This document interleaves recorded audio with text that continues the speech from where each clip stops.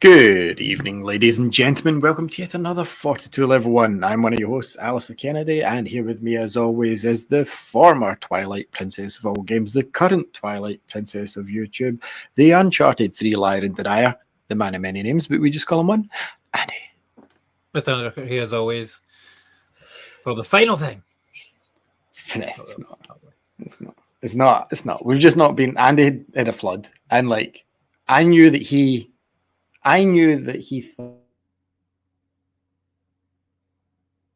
and he sent me the video evidence just to show that it was actually flooded, because the first thought that went through my head was bullshit. He's at it. He just doesn't want to do a show.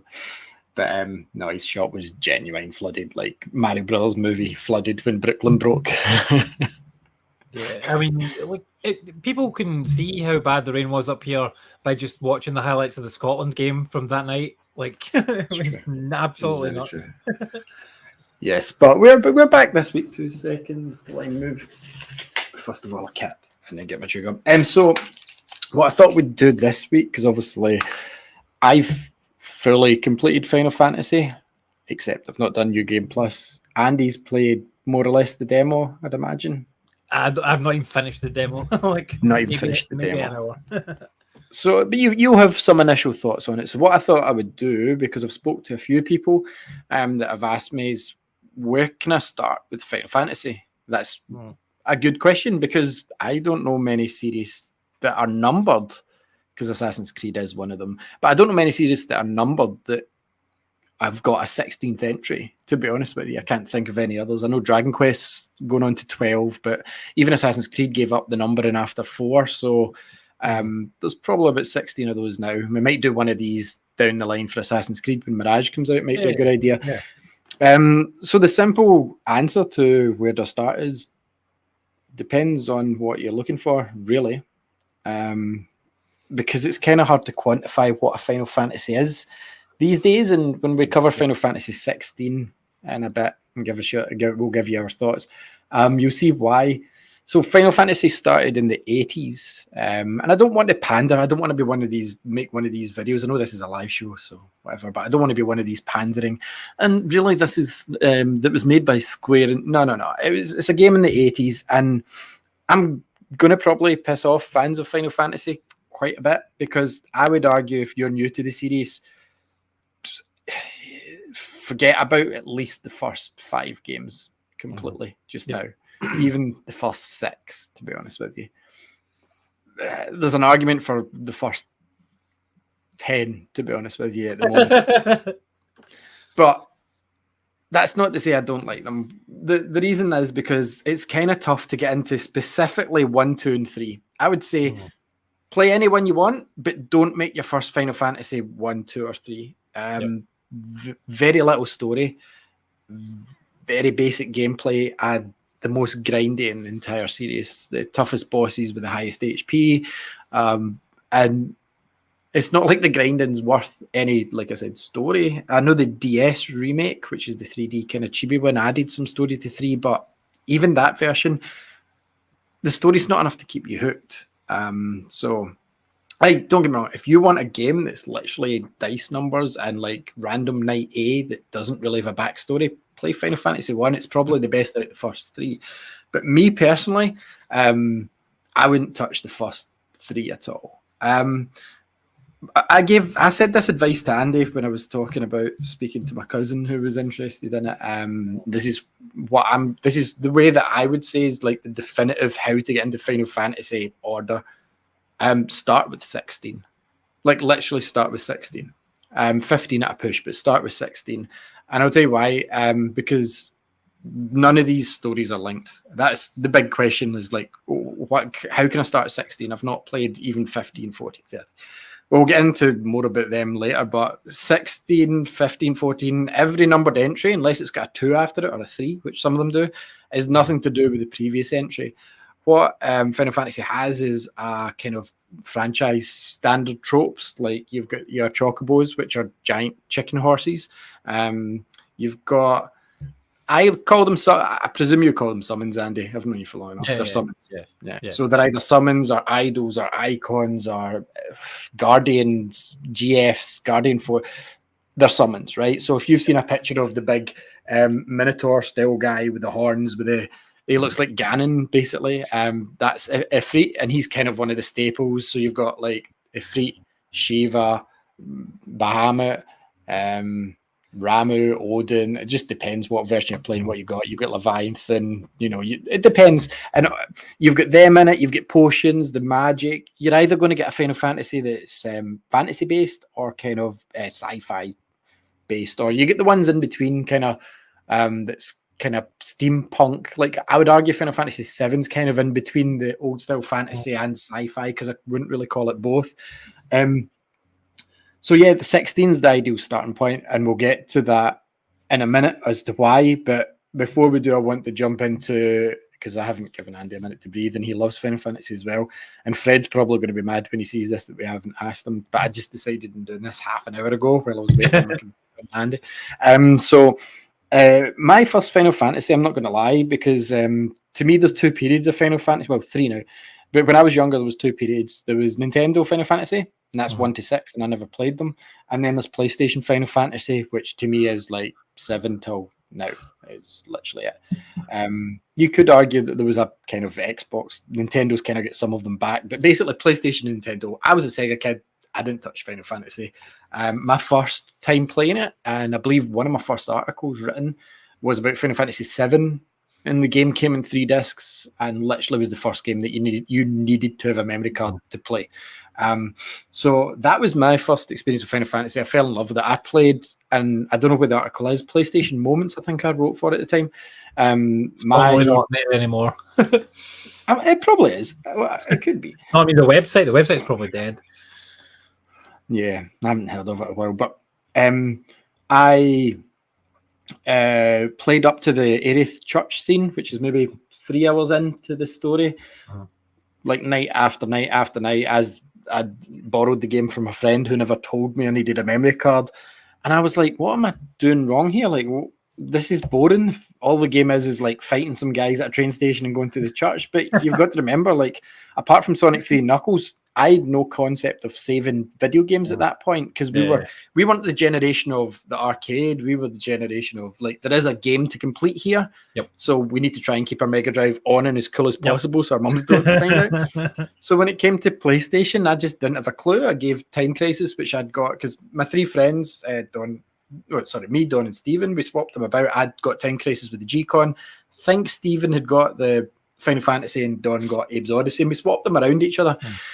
Abe's Odyssey was fine because I just assumed it was a normal platformer playing through, blah, blah. Never finished it, but Final Fantasy just seemed to be, this is like the same stuff. I don't get this. And I think it was the day I went to give it back, and I turned the instruction booklet over, and it was like introducing the PlayStation. I think it was 4 megabyte official memory card at the time. 1 megabyte was it? Jesus.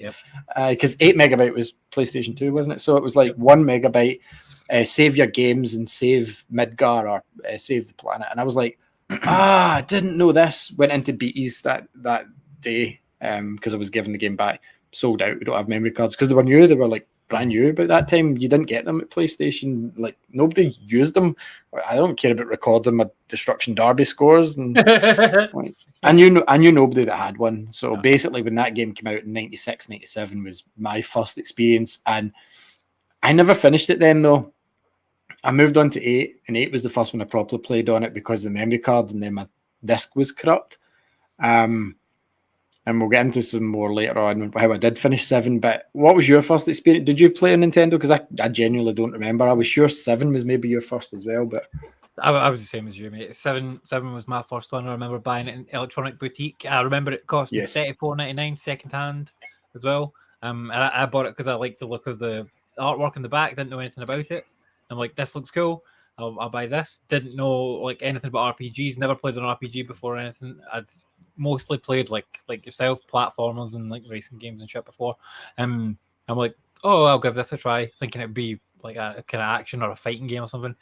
And it just obviously wasn't that at all. And I was similar to you. I got up to the guard scorpion a couple of times and died. Not being able to work out how to actually play the game properly. And when I died, start again. Like, oh, right, okay. Thought about taking it back. Mum and Dad wouldn't let me because we'd spent like, I mean, that's for a kid, that's a lot of money back then. So they're like, no, this is your game, you need to play it. And I'm like, okay. So went back and played it, and then realized that I needed a memory card because I didn't have a memory card either. And I had the exact same problem, couldn't find a memory card anywhere. And we ended up getting one free with a magazine. That's where I get mine. Yeah, and it was a clear memory card, and it was a kind of bubble almost. Yeah, I got it in WH Smith's. I think the magazine was dear at the time. It was like £6-7, but a memory card was like 20 quid or more back then. So it was well worth it, and it was obviously a fucking third party knockoff memory card, whatever, but it worked fine. So that did the job. So I used that memory card for years and years. Yep. Obviously, I did buy official memory cards after that because like 1 megabyte's nothing, and you could save. It does 4 or 5 games. You could save some games on it, but some of like games later on, like I remember Premier Manager 98 playing a lot of that, and it took a full memory card to save. Like most games were like 2 blocks, 3 blocks sometimes, and Premier Manager's like, nope, I need your entire memory card. Like, okay. But yeah, but Final Fantasy 7 was my first, and yeah, I after like getting through that and like getting to know the game, like I absolutely fell in love with the game. It was the characters that got me. Like I liked the gameplay. The gameplay was cool. But it took quite a number of hours till I understood the mechanics of the game because like I said, I'd never played an RPG before. I had no fucking clue what it was all about. It took me ages to work out how to do it. And yeah, like the characters were what was driving me through it though, because I really liked the characters and the world building that they'd done in that game. And it was just such a cool, weird world to kind of inhabit and like find out more shit about, and you wanted to just explore and see what the hell was happening because just there's some fucking mad shit in that game. Like that game's crazy, like absolutely nuts. It is indeed. So Final Fantasy VII was basically, I'm lying slightly because I did have a Final Fantasy before, but I don't count it. I had it's technically not a Final Fantasy, either Legend or Adventure, whichever one is actually Stones of Mana or Power Secret of Mana. You know how it released here is Final Fantasy something? A Final Fantasy Quest, maybe one of those on the Game Boy. I had that, but I mean, and I played Zelda, but I don't class Zelda as this type of RPG, if you know what I mean. It's not turn-based, it's not like a full-blown... there's nothing wrong with Link's Awakening, it's still one of my favourite games, but that and the Final Fantasy game that's actually not that in Japan and America is the two that I played. But 7 really got me in.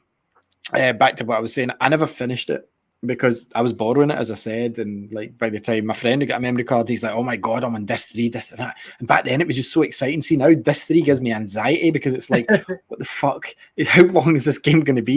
So like back then that 3-disc game was a system seller. I'm sure Final Fantasy 8 was 4 discs. It was. I'm almost sure it was. Yeah, it was. And so what had happened was 7, I never got back to it, and I ended up getting 8 and loved it. Actually, a lot of people didn't like it. I thought it was brilliant because, first of all, graphics mattered a lot more then to me, and the original 8 graphics are horrible, but they look better than 7's character models in the field because you could see their hands instead of having these.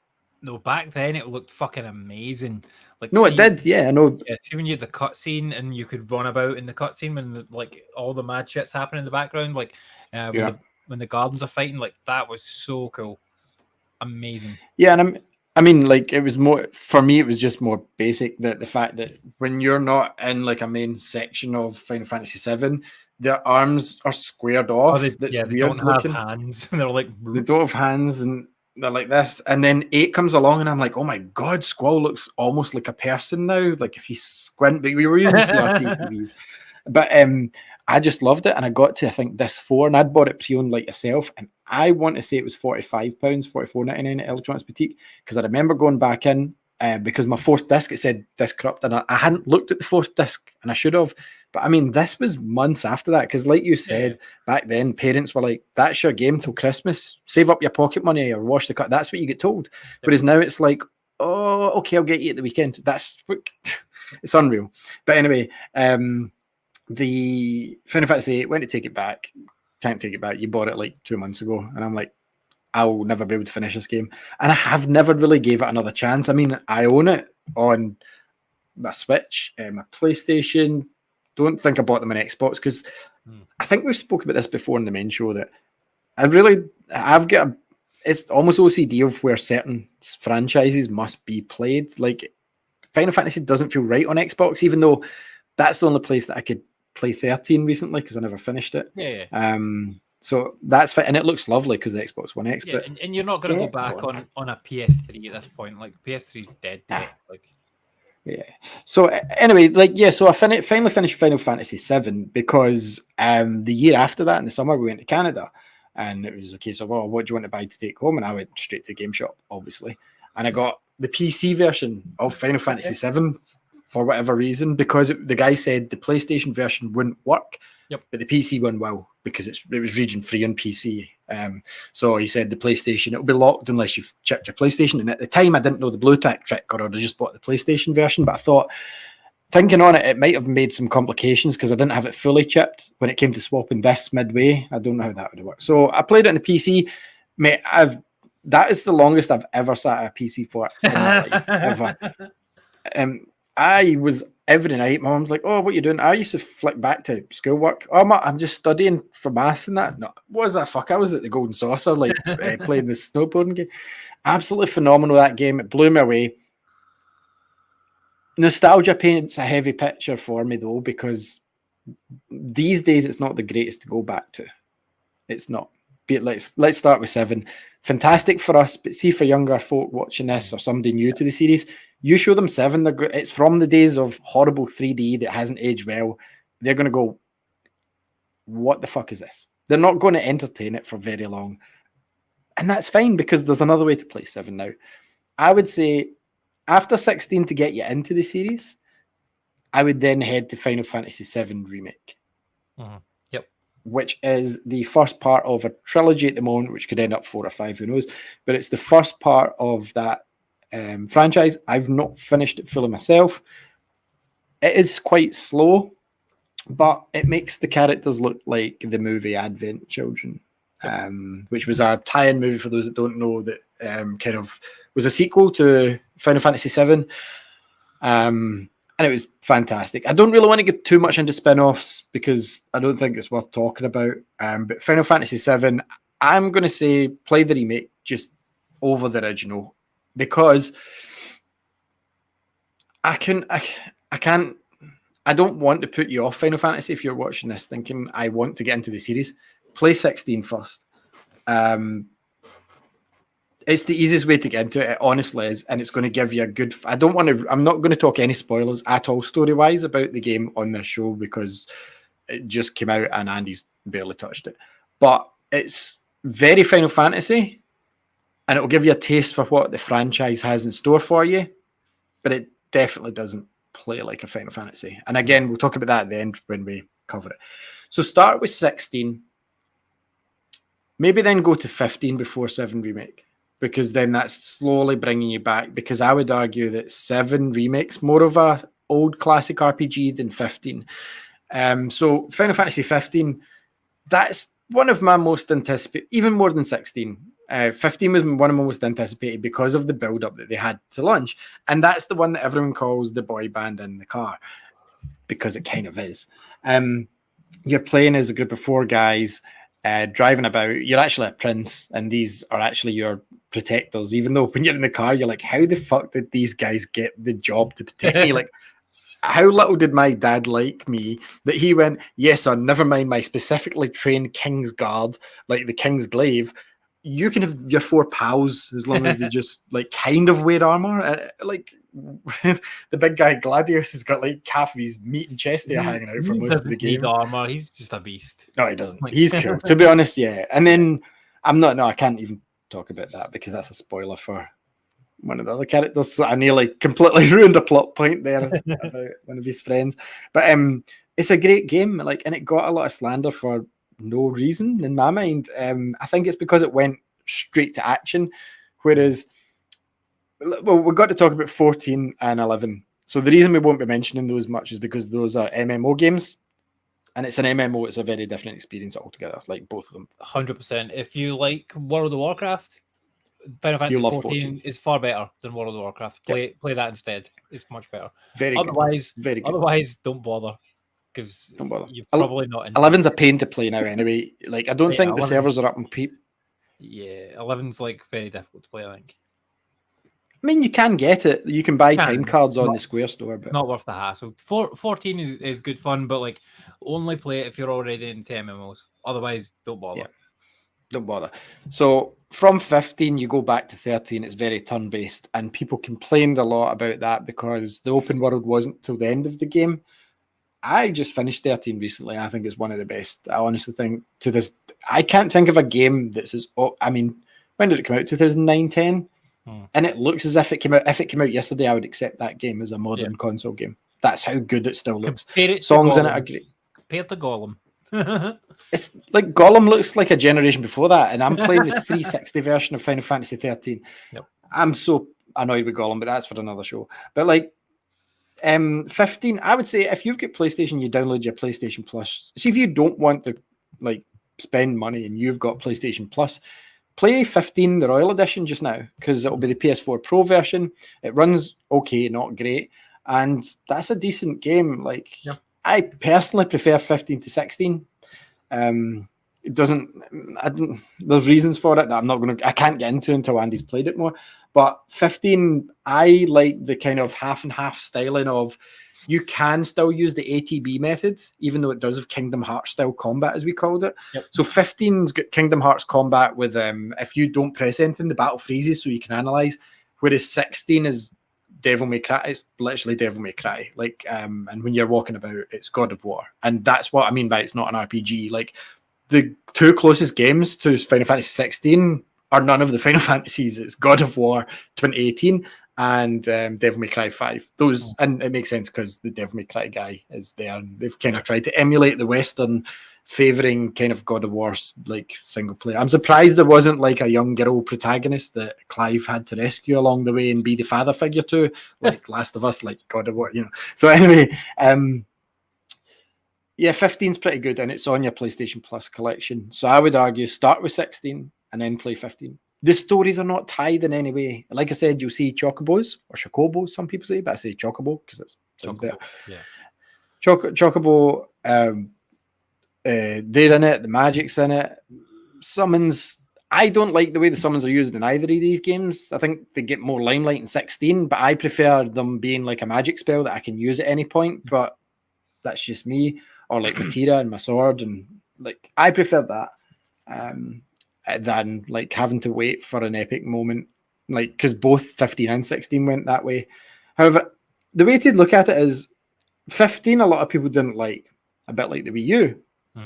But without the Wii U, we didn't get the Switch, and the Switch is Final Fantasy 16. I'm sorry to use a Nintendo comparison, but that's the best way to compare these games is there wouldn't have been a 16 without 15, but they're both very different. And 15 is very good if you give it a chance. And I think the problem was a lot of people got stuck at chapter 13. Andy didn't, because it took him 3 years to get to anything. But I played chapter. I'm not the best gamer as you know, Andy, and I finished chapter 13. I'm like, I didn't see a problem with it. Why were so many folk complaining about this? It's not like Tidus or Tidus in 10 when you had to jump the lightning bolts, which was awful because it was random. Yeah, so yeah, that's 16 and 15 covered. That's where to start. Start with 16. It'll give you if you like 16, the easiest way to do it right now, download the demo. It's free, and it's not just the demo, it's the first 2 hours. This is not a paid Square promotion. This is just our little guide to Final Fantasy. Or if you're on a budget, like Final Fantasy 15, like you said, it's on PlayStation Plus. Because I mean 16 is still 60 quid, like full price game. If you're in more of a budget, start with 15 for sure, because you can get that for like a $5 nowadays. Even if you if you don't have it on PlayStation Plus, or if you've got an Xbox, it's frequent. And to be honest, you can still play it on Switch, but it's the Pocket Edition, so the characters are chibi, but you get the same story. Yeah. And I've got a feeling they're going to do that with 16 as well. Probably. It's just you know how they use the sprites and the loading screens and stuff. Yeah, I've seen that. Yeah. I could see it on Switch, Nintendo, and like just the Final Fantasy 16 Pocket Edition.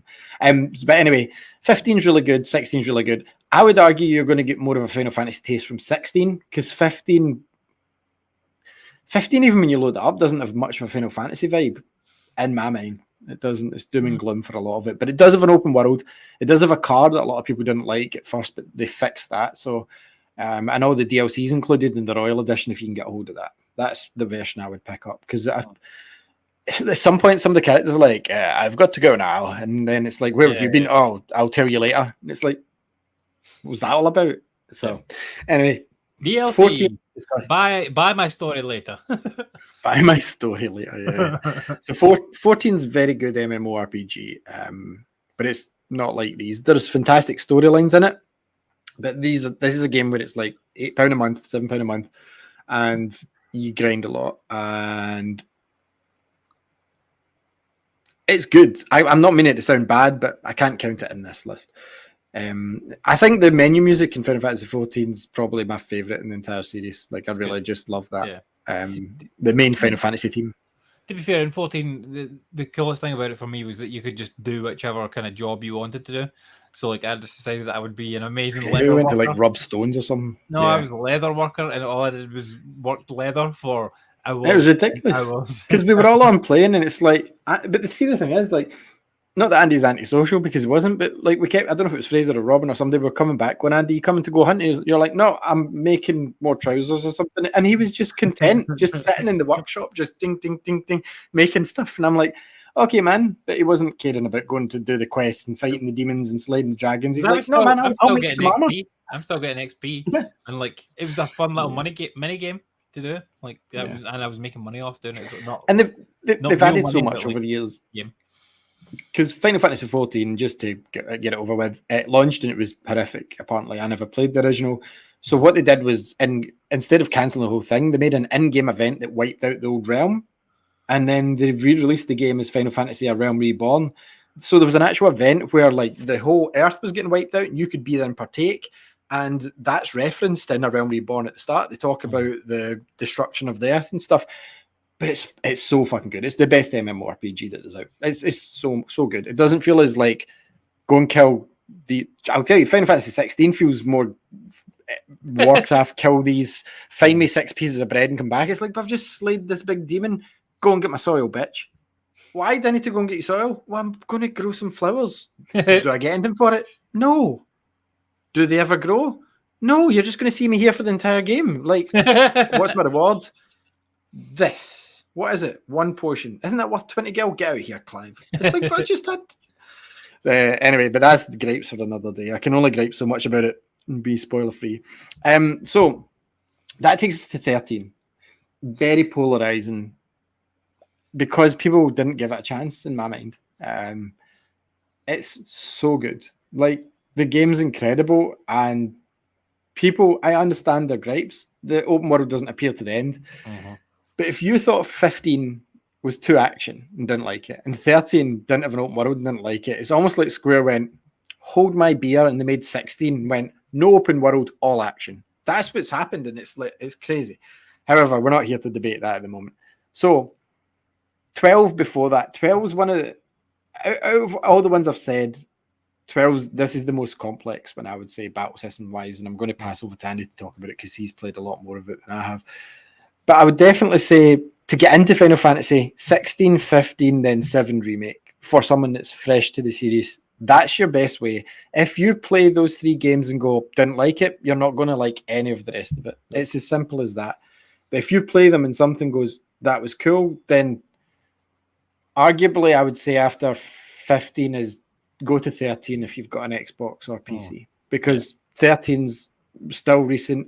It's got its kind of own way of doing a battle system, but people didn't like it because Final Fantasy was meant to be a set way, and up till then they were all the same. But then 12 wasn't, and people never complained about that. But people 13 did complain about 12 for sure. Yeah, but back in the day, and maybe because the internet wasn't about, we didn't hear it wasn't about as much. We didn't hear about it as much. So like 13 was when the internet was becoming more of a gripe fest before social media hit, and the problem was people didn't understand the paradigm shift, so it was a bit like your job classes, and you might have heard that before, and it's basically in Final Fantasy, you could be a guy with a sword, you could be a guy with magic, you could be a guy that heals, or you could be a guy that takes damage, for the rest of the team.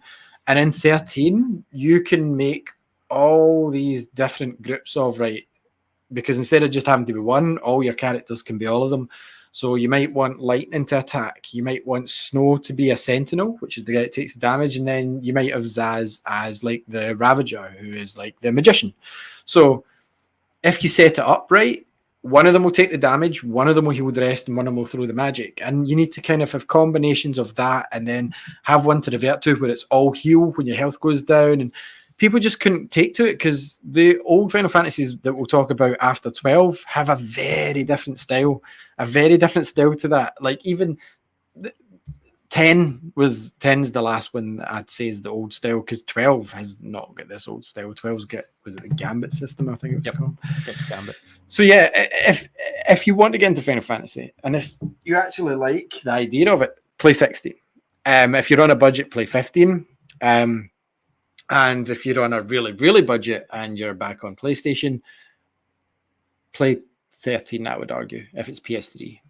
However, if you want to know where to start before that, I would say there's 2 points to stop on the PlayStation 2, and one of them is Final Fantasy 12. And Andy nearly got divorced before he was married because of this game, I believe. I liked the game. I just didn't like how sand-filled it was and brown it was. And I hate sand. I hate sand. I will go back to it at some point. I've got is it the Phoenix Edition? What's it called? No, it's called what's it called? There's a 12. I can't remember the subtitle. Of Zodiac Age. Zodiac Age, yeah. So it got re-released. So all of these are, apart from 13, it's a bit trickier because PlayStation doesn't have it because of PS3. But you can play all Final Fantasies basically either on Switch or PlayStation at the moment if you've got PS4, PS5. 16's PS5 only, but 12, I believe you can play on Switch, Xbox, and PlayStation. Yep. I think it's on Xbox. So Andy, tell us what's... I can't remember if it is on Xbox, the Zodiac Age. I think it is. I think it is, yeah. But yeah, Final Fantasy 12, they kind of, back then, they sort of took a lot of the lessons they learned from Final Fantasy 11 and tried to make like a single player MMO almost, which was really weird. But it fucking works so well. This came out on PS2, bear in mind, like tail end of the PS2 life cycle, but like the thing for me with this game that was so cool was you had this gambit system that you could set up, right? And what this means is you were basically setting up your party to do specific things at specific times. So it was like, if X thing happens, then do Y, or if Y thing happens, then do Z, like that type of thing. So you could set up your party to auto heal you, to auto attack, to auto use potions, to use like specific buffing things at different times, and like if an enemy was weak to like a poison spell, then use a poison spell, that type of thing.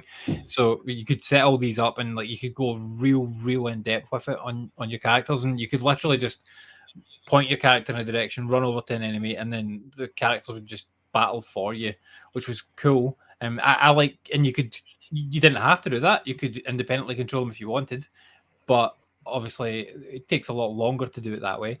But you could do a combination of that, so you could have all the other characters that you weren't controlling at that time being on the Gambit system, and then you could have your main character, who was most of the time the main character in the game was supposed to be Van, but it wasn't. Like the actual main character of the game is Ash, who's a much cooler character than Van. Van sucks. Like Ash is cool as fuck. But like I love the story in this game. Like characters were so memorable. Like apart from Van, he was just like a boring thief that just kind of got swept up in a story. But like the main story of like Ash's journey, like her kind of being like a princess and still being like a warrior at the same time, and having the bodyguard. You had Balthier, he was like a pirate, a ship captain, a pirate almost. And you had Fran. That was what's that? What was the rabbit called? The rabbit ones. I forget what the race was called. She had a whole story arc with like being exiled from her community and stuff like that, and you had to go back and visit them and get her to mend the bridges and everything.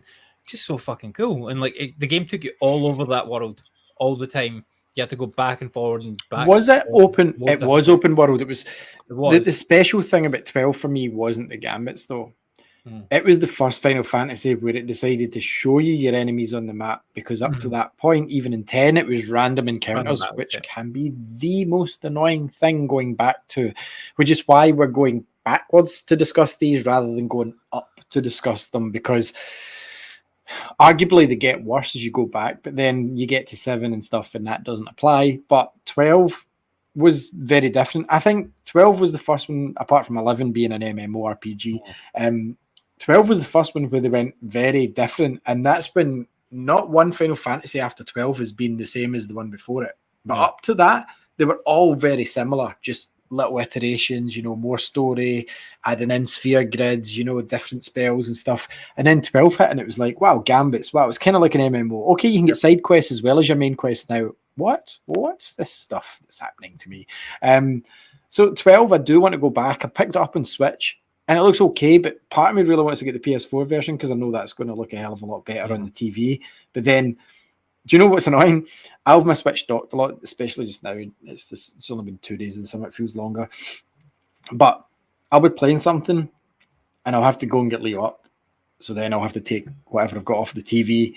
Lexi usually plays on her Switch or a tablet. So I bring Leo down. He usually wants to play Forza just now. He's obsessed with just driving Mr. Bean's car. And by driving, I mean he can go forwards or he can turn. He can not always do both at the same time. He's 2. But what was I going to say? The problem is the Switch is handier for me because I was playing 16 and I ended up doing remote play because I really wanted to play more of it on my tablet, which is fine because it's just a case of bing and you play it. But I went to lift my Switch because I've been that used to during the holidays going, okay, I'll just keep playing this way because Tasha's off just now as well because she's took her holiday just now for the kids. And I'll be like, right, I'll keep playing. And I'll lift my Switch up and I'll be like, 16's on the PlayStation, right? So it's convenient. So I might just play 12 on the Switch because it's easier to do it that way. And plus, remote play is okay to a point, but even in my home with a decent Wi-Fi network I've got, it's still not 100%. There's sometimes stutters and things, and it's expected. Like it's playable, 100% playable, but it's better than cloud streaming remote play, but it's still not fully there. So yeah, Switch is a good place to play all these games, especially the ones now that we've talked about 12, the ones prior to 12, because 11 was PlayStation 2 and PC. I had it on the PS2. I actually had the modem. I think I spoke about this in the show before. But I never really had anyone to play with and couldn't properly get it set up. So didn't really play much of it, if anything really at all. I got sold it at GeForce. Remember GeForce that used to get speciality things like that and stuff? Yeah. And they got me in.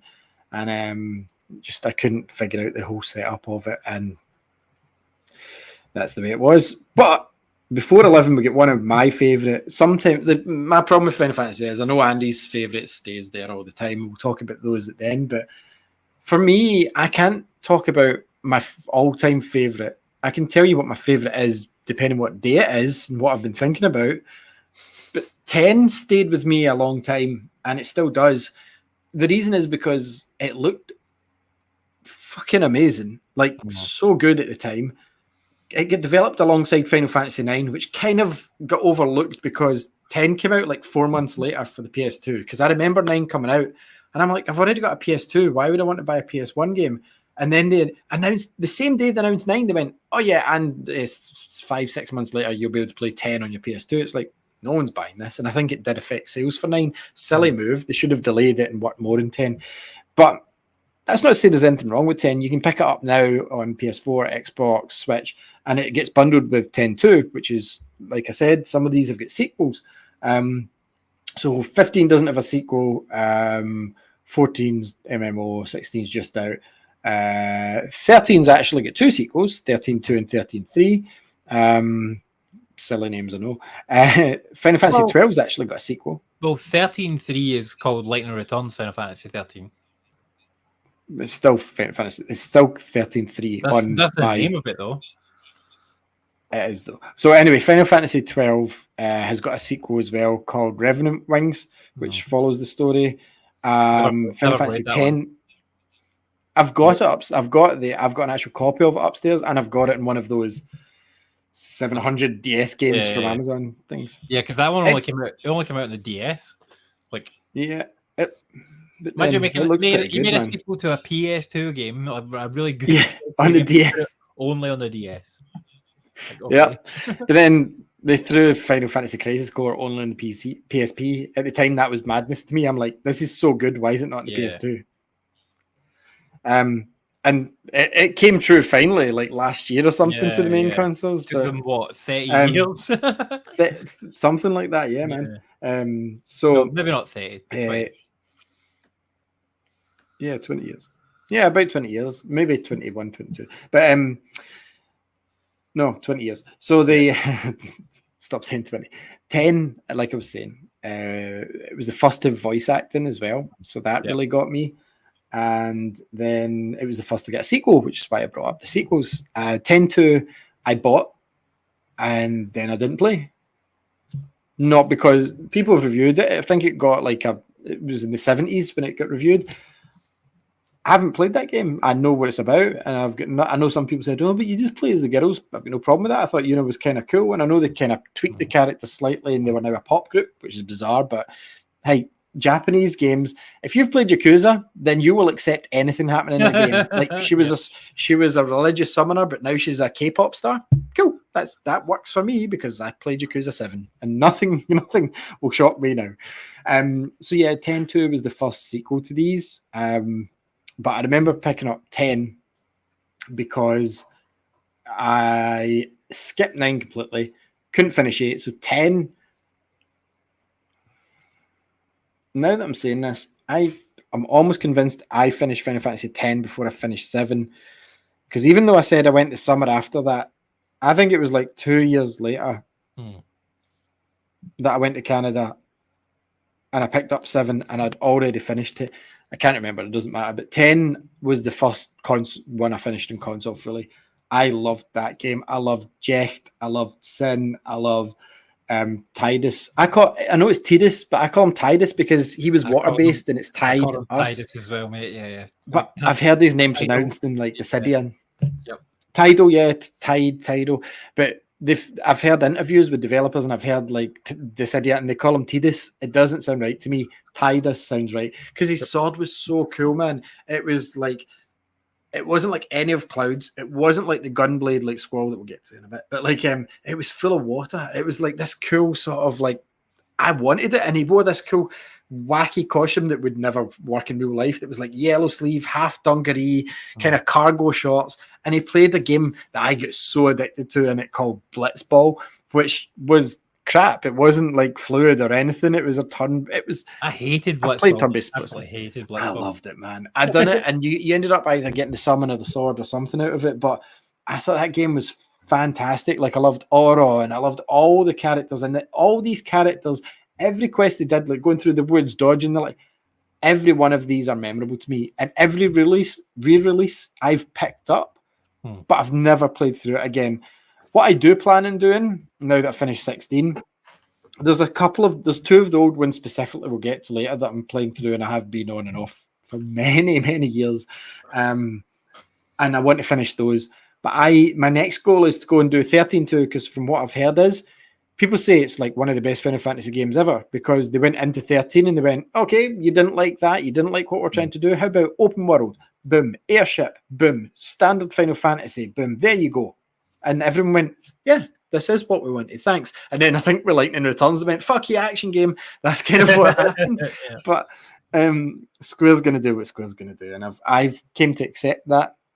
So 10, what did you think of 10, man? Did you get this? Did you finish it? I don't think you finished it, did you? Because I never finished it. Like, I bought it day one as soon as it came out, but I never finished it. The problem for me was I like the sphere grid and I quite like the combat. Did not like Blitzball, like I said. Graphics were fucking amazing. The story was quite good, but it just was. For me, it was too much of a departure from 789 because 789 is like, it's almost like a trilogy of games that like fit nicely together, and 10's like way different from those, I felt. Yeah, I do agree, but what I did enjoy, it brought one of my favourite staples to the series to this day, which is the sphere grid. See that system, depending, because it's even in 16, it was in 15, 12's pretty similar. 12 similar. It was definitely in 13. They had it's called the Crystarium in that. I love the sphere grid. I thought that was phenomenal. I don't think it's been topped since 10. I love Tidus's design because it reminded me of Cloud, almost like a younger version. And then there's the whole connection that was confirmed by the developer that people theorized that 10 was set in Final Fantasy VII's world, but in the past, and he confirmed it. And he said that there's a kid called Shinra in it who talks about using the planet to harness energy. And in Final Fantasy VII Remake, there's a picture, and it's of the founders of Shinra Energy, and it's got the kid as an adult sitting at the front with his mask and everything. So 10's technically a prequel to 7, even though you there's not much apart from that kid to tie them together, because they're nothing separate. But yeah, 10, I just fell in love with it. But then this is probably the first one out of the ones we've spoken about so far, but I've never been able to gel with, ever. There's one stupid reason for it that I've told you before, but like I've just never, the game's just never appealed to me, and it just, Final Fantasy 9, obviously. I don't know why I was building suspense there because we're going backwards, but Final Fantasy 9 came out. Like I said, PS2 was already out. I'd chuck my PS1. I was like, I'm done with that old trash. I'm on next gen. This is next gen DVD player level shit, son. And 10 was on its way, so they were like, "Oh, here's Final Fantasy 9." I'm like, I don't care. I don't even remember the first time I tried Final Fantasy 9. It was maybe in one of those. I used to on payday always, before I had any responsibilities or care, or like I didn't even care back then about paying rent half the time. I was like, "Oh, I'm sick. Don't come round. Pay you in 3 weeks." But like, yeah, that's what you do. Like, fucking your 20s, you might think you're an adult, but you're kind of just a big kid still. So on payday, I would just go to the shop, just go up. I want that. I want that. I didn't get around to playing that, and I want that. And I'd buy half the stuff I didn't really need, put it in, then just go and get drunk, and then I'd be skint by the Monday. So I think one of those points I did buy Final Fantasy 9 because I did play it on PS2, but I traded it in like very early on, very, very early on. I didn't play much of it. And it's because he's got a fucking tail, Andy. And I've said this several times before. Why has he got a tail? It just really annoys me. The main character in this, it's not even the fact that they went from 7 and 8 being like a whole revelation, because 7 and 8 were the first two sci-fi based ones, taking it away from the old knights in the castle fantasy. Yep. And then 9 brought it all the way back to actual Final Fantasy. Like, and it's like, to me, I was like, I'm not keen on that in the first place. They've gave them a kind of chibi look. So they look kind of cutesy now, even though I've heard the story's darker than 7 and 8. But they've made them kind of cute. And like, he's got a tail. And I've never clicked with it. I do own it on PlayStation and on Switch. Like, I've always had it. And I do need to go back to it because it's the last of, as you said, those trilogies that were very similar that I've not played. And this is the era that I was talking about, because 10 was the last one, and it kind of went, and it slightly changed things a bit with the way that the party worked and stuff, and the way that you summoned. But active time battle, I believe it started in Final Fantasy 4, and it went all the way to 10, and then it kind of left more or less in its traditional means. But 9's the last one I remember having. And basically what active time battle means is, you've probably seen screenshots of 3 enemies on the left of the screen, your party on the right of the screen, attack, magic, item, run. Very much. Yep. Pretty much it. And what you've got is like a little bar that fills up. When it goes ding, you get to select one of these. You can use an item, boom, then you have to wait again. You can use magic, boom, then you have to wait again, or you can just attack. And you have to kind of balance it out because the enemy does the same way. So it's like they're waiting, you're waiting, and it's like, can I get my attack in? Sometimes you're like, oh, come on, fill up. And some of the tension in fights is just you doing this at a little bar filling up in the screen. If it doesn't fill up in time and the enemy hits that one move you didn't want them to pull out, and you're like, no, I have to do this all over again. That's Final Fantasy for me. But Final Fantasy 9 wasn't for me. Don't know if you finished this one, but I know you played a lot more of it than me. I definitely never. As an idiot. I definitely never finished it, but like, I did really like it. Do you know what he just did? My cat just ran up that chair and shut the door. Look, that chair's tipped over. Clever. Yeah, but I don't know why he shut the door. But anyway, I'm going to deal with that. But yes, please tell us about Final Fantasy 9, my man. Yeah, like I got Final Fantasy 9 day one, and I really liked the game, but I definitely never finished it.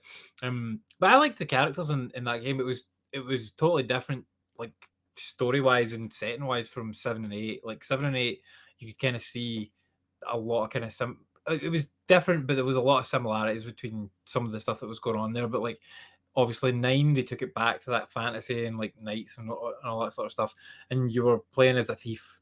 Like they literally gave you like a role. Like, you're the thief, and you played as Zidane, which I liked because it was back then. You had Zinedine Zidane, the footballer, and this character with the tail was called Zidane. I liked him. And he had a weird little haircut, and he was kind of short and stocky, like all the characters were in this game. None of them were taught apart from the knight guy Steiner, who was like a big dumb knight, but he had kind of a heart of gold once you got to know him. And you had like a princess in it, Garnet, who was also a summoner, and then you had Vivi. Vivi's fucking awesome.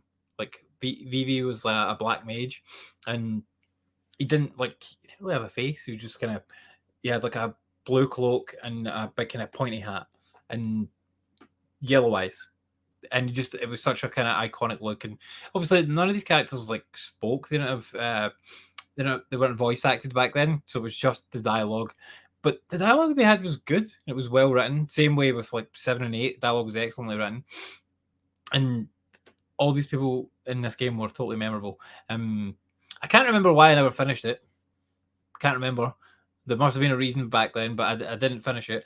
And I've never gone back to play it again. I bought it multiple times, like Ali has, on multiple different consoles, with the intention of going back and finishing it, and never got around to it.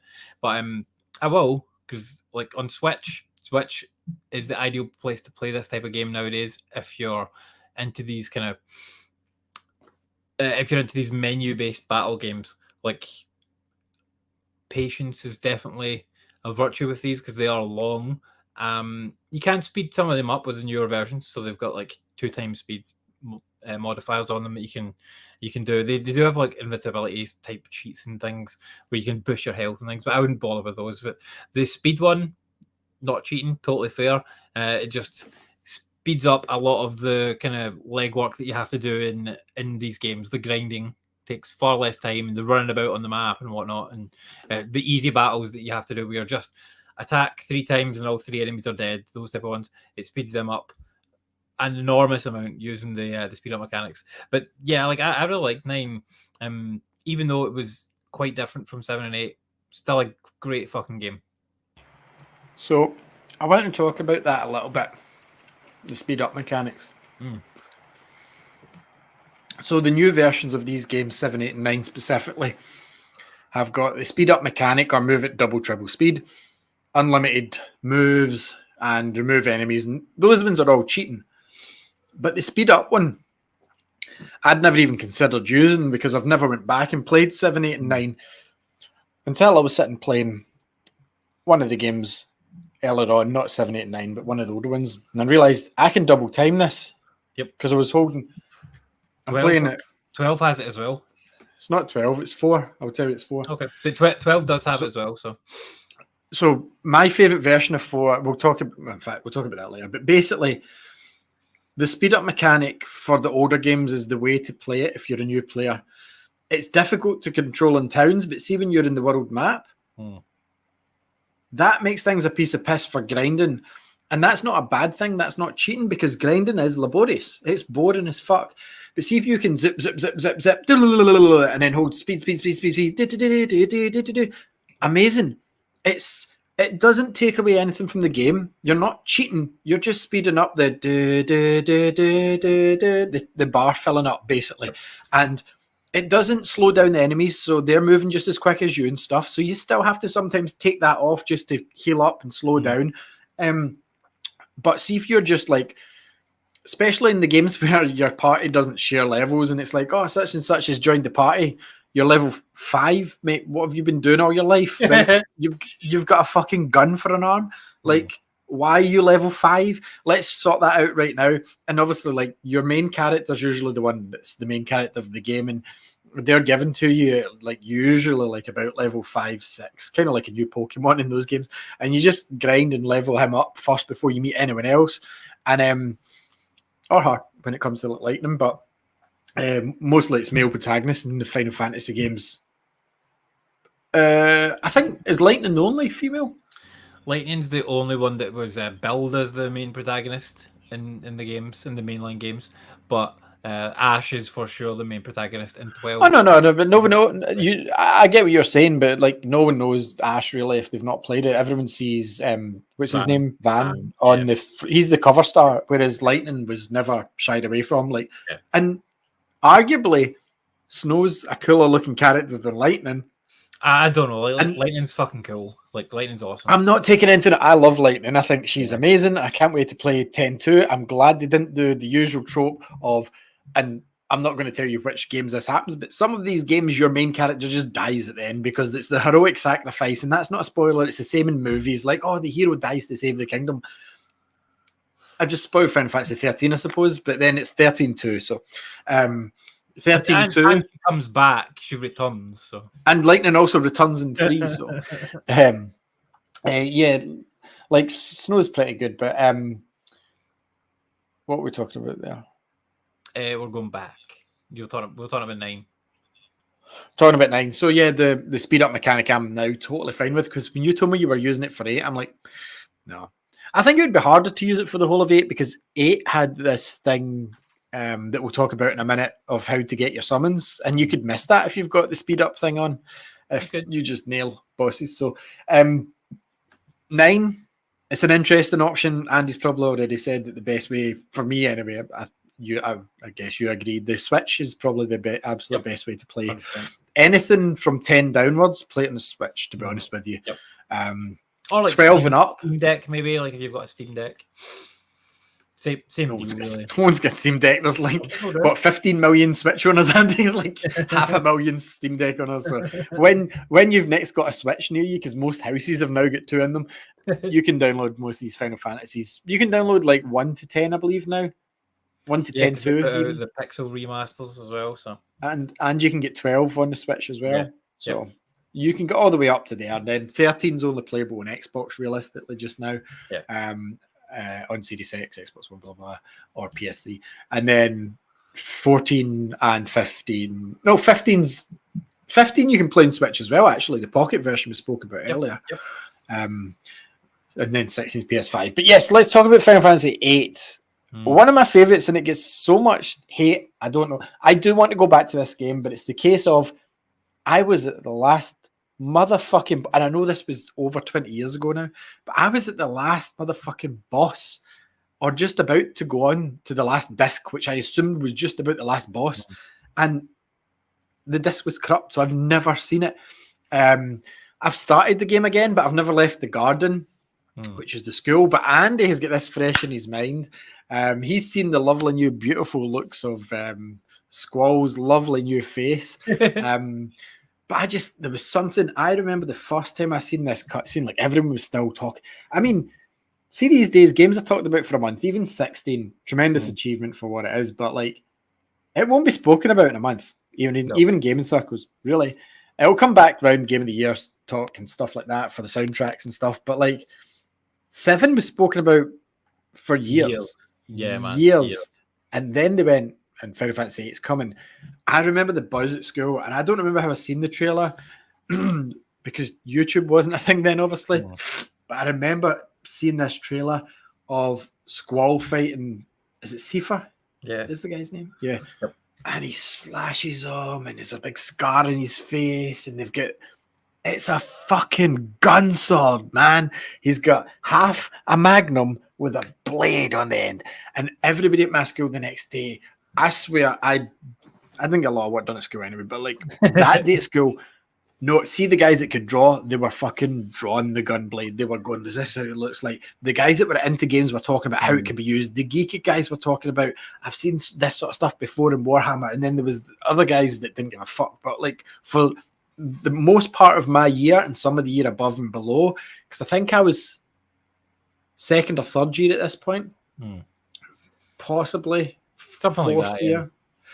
Everybody was talking about this thing, man. And I mean, the girls weren't, but back then, gaming girls didn't game as much as they do now. I'm glad everybody plays now because my daughter loves it. But like back then, it was seen as that's the guys, they do that. Like when we went to Cyber Cafe at lunchtime, which for the kids here, that's where you had to pay for an hour to go on the internet because the internet, you had to pay for every hour to go on the internet back then. That's how they tried to bill us. Or if you got an AOL disc, you got a free hour. Somebody would always steal them.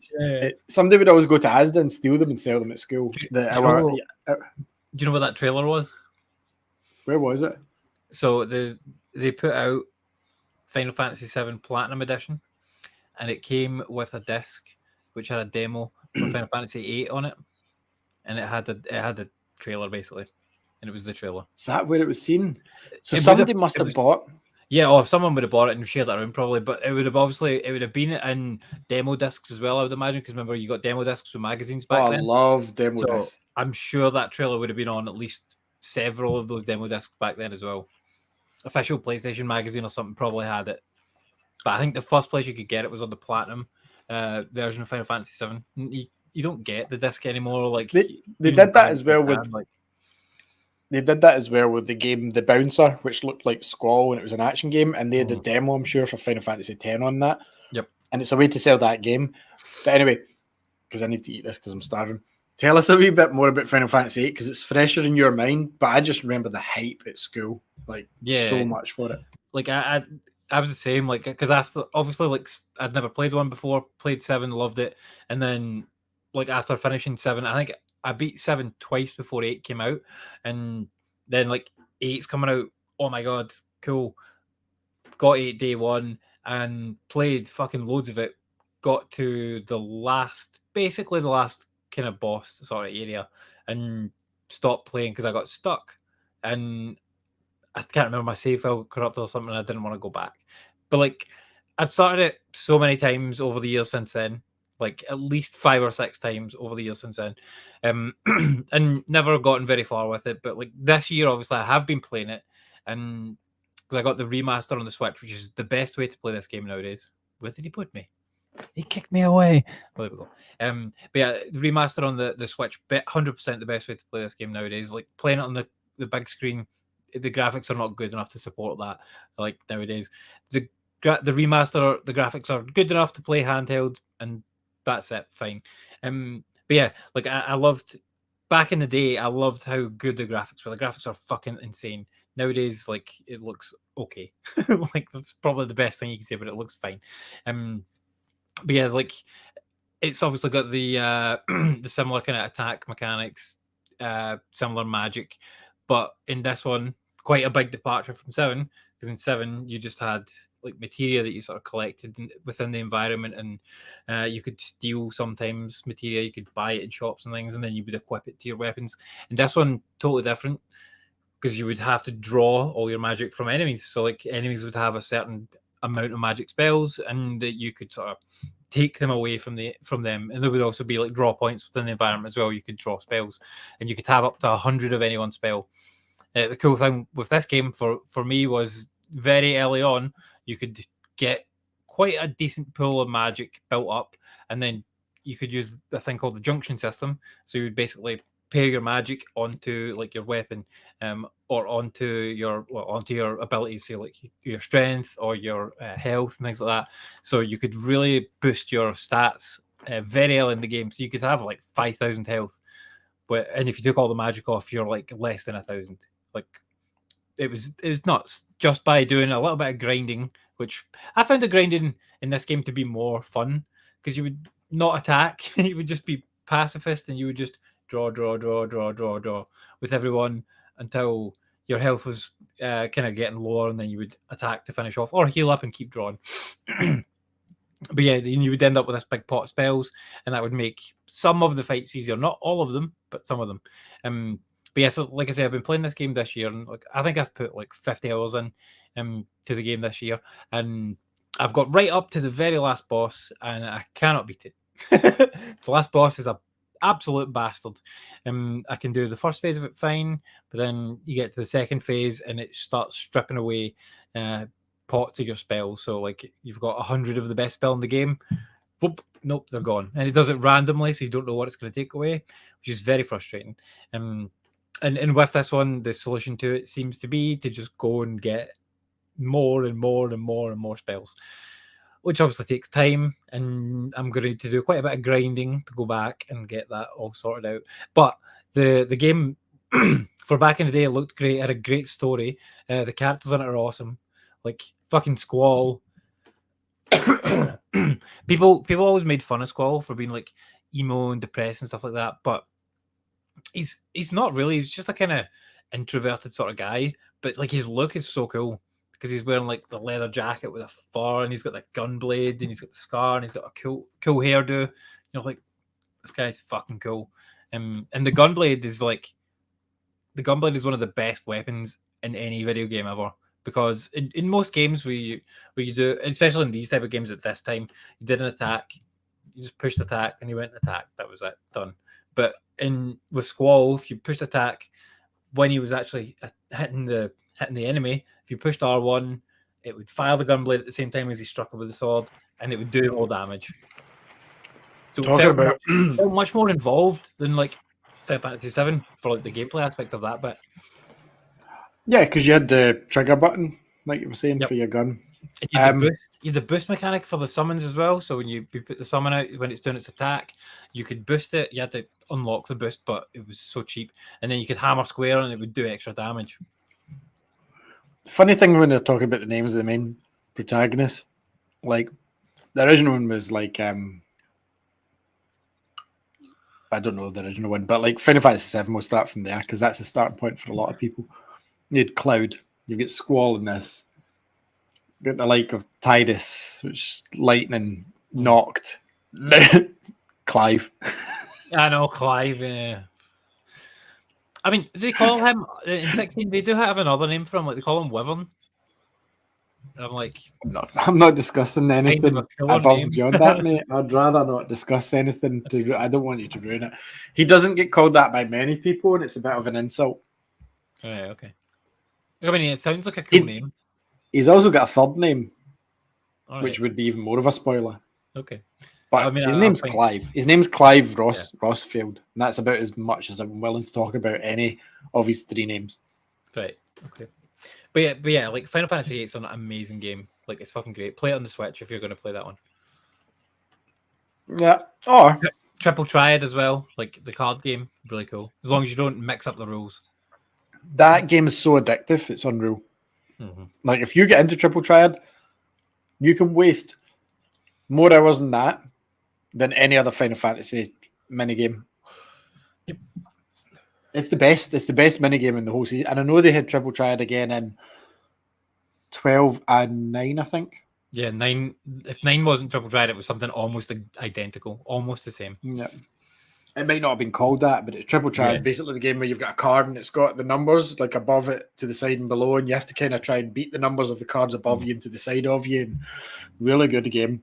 Far easier to understand than Gwent in The Witcher because I still don't understand that either. I've played it several times and I'm like, I don't know why I won. I don't know why I lost. Most of the time I lose, but I'm like, okay, I'll have that card. I've read the rules. I've tried to understand the lines, but Triple Triad is just basic. It's like, okay, you've got 4 numbers, 1, 2, 3, 4. Try and beat the card that's that side, or that side, or even better, get the corners so that you're only facing 2. Yep. Yeah, brilliant game.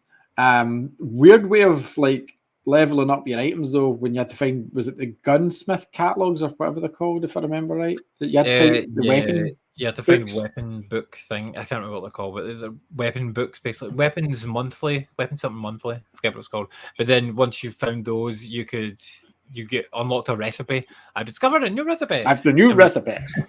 and then you could go to like an upgrade shop and you would be able to see what you needed to find in order to upgrade your weapon, and then inevitably for some of the higher level ones you have to go and do some fucking weird shit like steal things from a specific enemy in a specific area or convert them from like a card or something. Just super annoying. Plus you got a van and a car to drive about in. Yep. The first car, people said Final Fantasy 15, why have you got a car? You haven't played 8. He gets a car. He does get a car in 8, and you have to pay for it as well and put fuel in it. Like which did you do in 15? Yeah. But no, I really liked it, and you do get an airship in the game later on, like called Ragnarok, which is cool. Like that, I love that mission. Like, see, we have to clear out Ragnarok of the enemies because they're like these. I forget what they're called, but they're kind of like these robot things, and yeah, they're all colored. They're all like color coded, so you can go kill one. You go into the next room, and it's a different colored one, and if you go and kill that, then the other one reappears. So like you have to kill the red one and then go and kill the other red one, so that the red ones disappear, and then go and kill the 2 yellow ones, the 2 green ones, and none of them are in the rooms next to each other, so you have to avoid fighting the other ones. Squall is also called Leon. His second name is Lionheart or Leonheart, but his name in Kingdom Hearts is Leon. Leon Squall, and it's like, why? I can't remember why. It's the same company. I'm sure there's a reason, but like. No, it's the same company. And then I'm sure in Kingdom Hearts 3 is back to Squall. Yep. Almost sure. No, I tell a lie. There's no Final Fantasy character. There should have been, like, because there's a clear spot for them near the end of the game. It's why it's the worst one in the series. 3 looks the best and it's the worst in the series is because they just went all Disney. It's like, why couldn't you have had a Final Fantasy planet? They've been in it up till now. Cloud, Sephiroth, Squall, Tifa. Can't remember the name of the other one. I think Aerith was in it as well. Aerith was in it, but it was Squall's Renoa. Was she not in one of them? She might have been, yeah. I can't remember. But this and Tidus was in Kingdom Hearts as well. Yeah. Pretty sure. I think so. But yeah, they call him Leon in Kingdom Hearts. Maybe it's like a Japanese thing. Like maybe that's what he was called in Japan. I've no idea. But it's in the English version. He's called Squall in 8. Yeah. Anyway, then we have to talk about the masterpiece. And sorry, we'll point out 9 and 8, as we said, didn't have any sequels, nothing like that. I wish 8 did get more to it. I really do. I've never completed the game, but I'd happily play more of that world. 7 though, 7's a franchise upon itself within a franchise, I would argue, because if you don't know who Cloud Strife is, then I don't really know if you've just came to gaming. But he's everywhere. He's referenced everywhere. He's arguably the face of Final Fantasy, I would say, when it comes to people knowing Final Fantasy outside of Final Fantasy fans. What? It's just there. It's him right there. It's Cloud. I don't know what you're talking about. He's behind me. No, he's not. Yes. Oh yeah, see him next to Samus. Yeah. Samus. Yeah. Yeah, he's a cool amiibo. He's in Smash Bros. I've got the 2 amiibos of him and the one of Sephiroth as well. Sephiroth. Like, we spoke about 7 already, so we won't go too much into it. But 7's got a prequel game. 7's got a sequel movie. It's also got On the Way to a Smile, the novel. It's also got the Journal of the Turks novel. Like, I don't know what can be said about 7 that hasn't already been said, and it's not true, apart from I wouldn't bother with the original. Like, see, after 8 downwards, these are the ones that are becoming questionable because there's talk of a remake of 6. 7's been remade, so at the moment I couldn't. No, there's one that's a big exception, but like I couldn't definitely say play any of the ones that we're about to speak about because there's remakes or. I mean, like so like 8 doesn't have a remake, right? So I think it's got a remaster. It's got the remaster, yeah, and that's 100% the way you should play it. Like I think if you played 8 and liked 8, like the original 8 remastered, even then you'll like 7. I think you would like 7, 100%. And if you like 7 and 8, you're going to want to play the 2D era, which is before 7. I think you're going to want to try them. I don't know if you necessarily like them because for me, I don't like many of the games. In fact, I don't like any of the games before 7. Like one I like and one I'm trying to like, but we'll get into that. But yeah, 7's phenomenal. Like it's hard to top out all them, but it does rotate top spot quite a lot with me. With 10 because 10 was just special. However, 13's been really good, and I'm going to have to digest it a lot because I played it and I was like, do you know what? Did I like that better than 10? Maybe. Did I like it better than 7? Don't think so. But I'm gonna again. It depends what day you ask me. And then if I play 13-2 and it ruins the story rather than adding to it, then yeah. Seven's been my favorite game of all time since I Forever? played it. Like 98, 99, whenever it came out. like whenever it came out. It's the only one I've completed 3 times. Like it's the only one I've completed more than once. Like the first time I played it, 72 hours it took me. I can still remember this. It took me 72 hours to complete. Like did fucking not everything, but like most of it. Then I decided that I wanted to do a speed run of it. So I beat it in 32 hours. And I was like, that's really quite fast, but I think I could do it faster. And then I beat it again in 28 hours. So I've never felt compelled to speedrun an MMO. Sorry, an RPG. I know. It's just because I loved the game so much, and like because I'd played it so much in that first playthrough, like going around and explore. You know, I play games like I fucking explore everything. So I knew exactly where I needed to go and where I didn't need to go. So like when I played it the second time, I was just focusing on critical path, and then the third time again, just focusing on doing the basic shit and try to cut down the time. But I think that's pretty good. Like 28 hours. I'm sure you could do it way faster than that nowadays. And there's probably exploits and stuff, but for sure. I'd definitely say 7 remakes the way to play. You can play it on PS4 or PS5. Yeah. And Rebirth is coming next year, which is the second chapter. Cannot fucking wait. I think I'll like the next one more than this one because there's reasons, because it's not perfect. It is great, but it is just the first part of the game. Like it's the very small section. That's the thing, though. Like Final Fantasy VII Remake, it's not the same game as Final Fantasy VII. They changed the story up quite a bit, really. No, they have, yeah. Even at parts I've seen. Yeah, we're not going to spoil that yet because I've not finished it. But at the same time, it's like it's still the same basic premise of this is spoilers for the original. The plate falling and them leaving Midgar, which is literally all that happens. It just they drag it out for such a big cool adventure. This is such a good big cool adventure though. Like, and you could easily spend the first time you do it, you could easily spend 30 hours in Midgard. 100%. Definitely good. Yeah. And I'm pretty sure I did the first time I played it. It's slow, but it's awesome. And it's like not that good. They did like with Remake. If you play in Remake now, PS5. Remake Intergrade is the way to go because it comes with the Yuffie DLC, and the Yuffie DLC is fucking excellent as well. Yuffie is crazy, like really weird character, just nuts. Yeah, I do plan on finishing it, but even after playing the combat at 16, going back to 15 was very difficult. I reflect on for a minute or two, and it's like I said, 15 plays more like Kingdom Hearts, whereas 16 plays more like Devil May Cry, and it's quite fast and frantic and all over, and it's like I don't know. There's parts of it I still like 15 better than 16, but 7 remakes the way to do it, and Rebirth just looks incredible. The open world with the chocobos. It's not out at the moment, but early next year I think we'll have it about March, April if there's no delays. And 7 obviously they did do a PSP prequel to it as well, Crisis Core, which is now available on current gen consoles and Switch. PlayStation, everything. But PS4 and PS5 as well. Did it come to Xbox? Can't remember. I think that one did. It did, but remake didn't, which is crazy.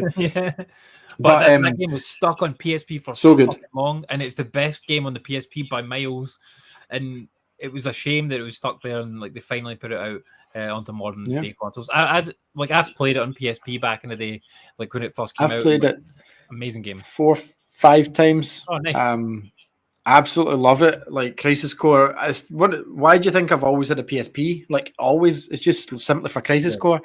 And then it came out, and that's the weird thing, Andy. It's like I've played it so much, and I had to look at it. And I'm like, they haven't changed anything. They've updated the graphics and that a wee bit, and they've tweaked a couple of things here and there, but they've not changed anything really. They've not changed the story or the gameplay or anything. It's like I've played this too many times at this point to want this. What I should have done is played it back in the day. Loved it and put it away, not kept playing it over and over and over and playing bits of it. Just, sometimes when you'd pick up like Forza and you'll sit and play a bit of Forza or FIFA or something, I'd sit and play a bit of Crisis Core when I was younger. Like, I loved the game. I'm just going to play some Crisis Core today. I'm not going to finish it. I'm not intending to, but I'll just start a new save and come out. So when the actual game came out and it it looks amazing. It looks so good. And I'm like, I don't need to. I know what happens. Yeah. Like I should buy it because like I haven't played it in years. Like because I did only just play through it and did a few wee extra bits and pieces after I'd completed. Should have got a PS5 version as well. I don't think it was just PS4. Yeah, PS5 as well. Yeah. But that was the only reason I bought a PSP. So like I bought the game, played it, completed it, played it till I was done with it, and then sold it. Cause there was nothing else in PSP I wanted. Like I bought the War of the Lions. I played a lot in PSP. That tactics fucking game that I fucking hated. Final Fantasy game. Did you not like? Hated it. Don't like any of those games. Final Fantasy Tactics, not for me at all. So now that we've covered 7 in Crisis Core, this gets going to be a lot shorter than the previous, mostly because 1, 2, 3, and 5 I've barely touched. I've never even started 5. 1, 2, and 3 I have. 4 I have. 6 I have. I've never even pushed start on a menu of Final Fantasy 5. I've played 5 for 1 hour once. We'll get to that in a minute because we've got to talk about Final Fantasy 6, and I'm playing through it on the version that I like the look of. That everyone, it looks horrible. They remastered it for Android and iOS. Yeah. And I thought it looked really nice. I've showed you the photos, and in my mind, it looks nicer than the Pixel remasters because Pixel remasters look like the originals. And people are like, I don't like it. They've smoothed out the sprites and stuff. And I'm like, I think it looks really lovely. I generally like the look of it. So I'm enjoying the look of it. I like the music. The characters are okay. But just before the show, Andy, I got to Final Fantasy VI, the opera scene. The standout moment that's voted best moment in the entire Final Fantasy franchise by some reviewers or journalists, whatever you want to call them. And I was like, it finished, and I'm like, is that it? It's got like a almost QTE in the middle of it, because I know you've not played it before.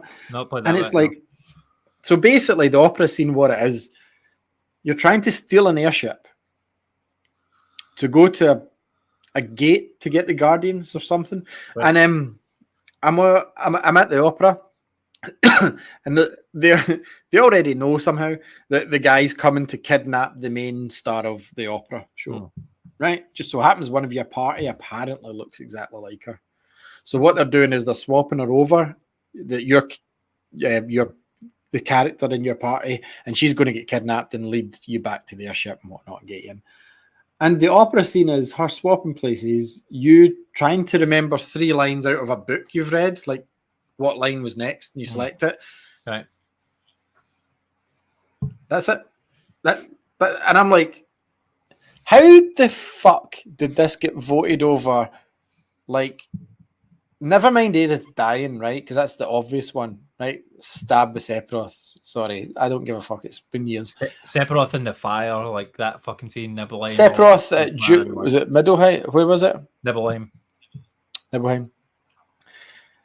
But like, you remember the summoning in Final Fantasy X where she did that, and all the spirits and stuff came around, and she had to send them over. Like, what? That's far better than this. Let me just think. Final Fantasy IX, there's a scene at the very start that looks better than this, and I don't like 9. Final Fantasy 8, 13, the garden battle in 8, like Final Fantasy 13.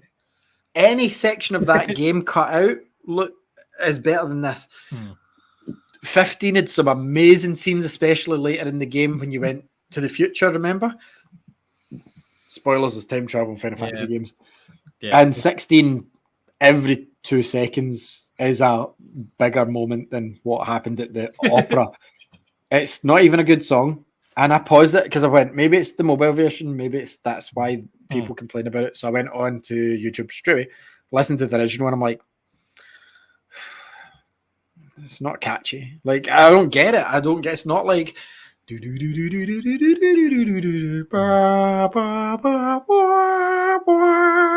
like, it's not. It's just such a shit moment. And I'm like, I don't like looking up stuff.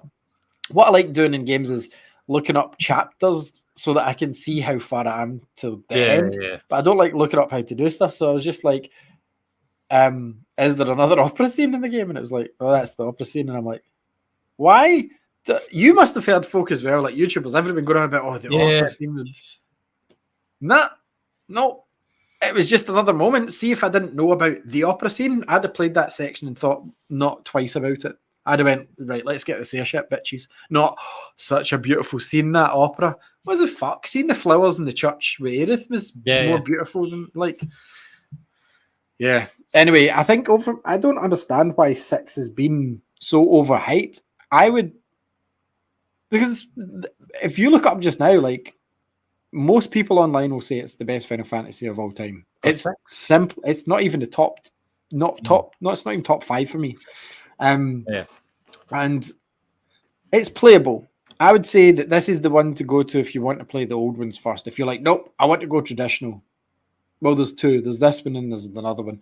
But this is the one that I would say most folk will play 6. And it's easy enough to pick up, like, what is it, £15 or something if you want to just buy this.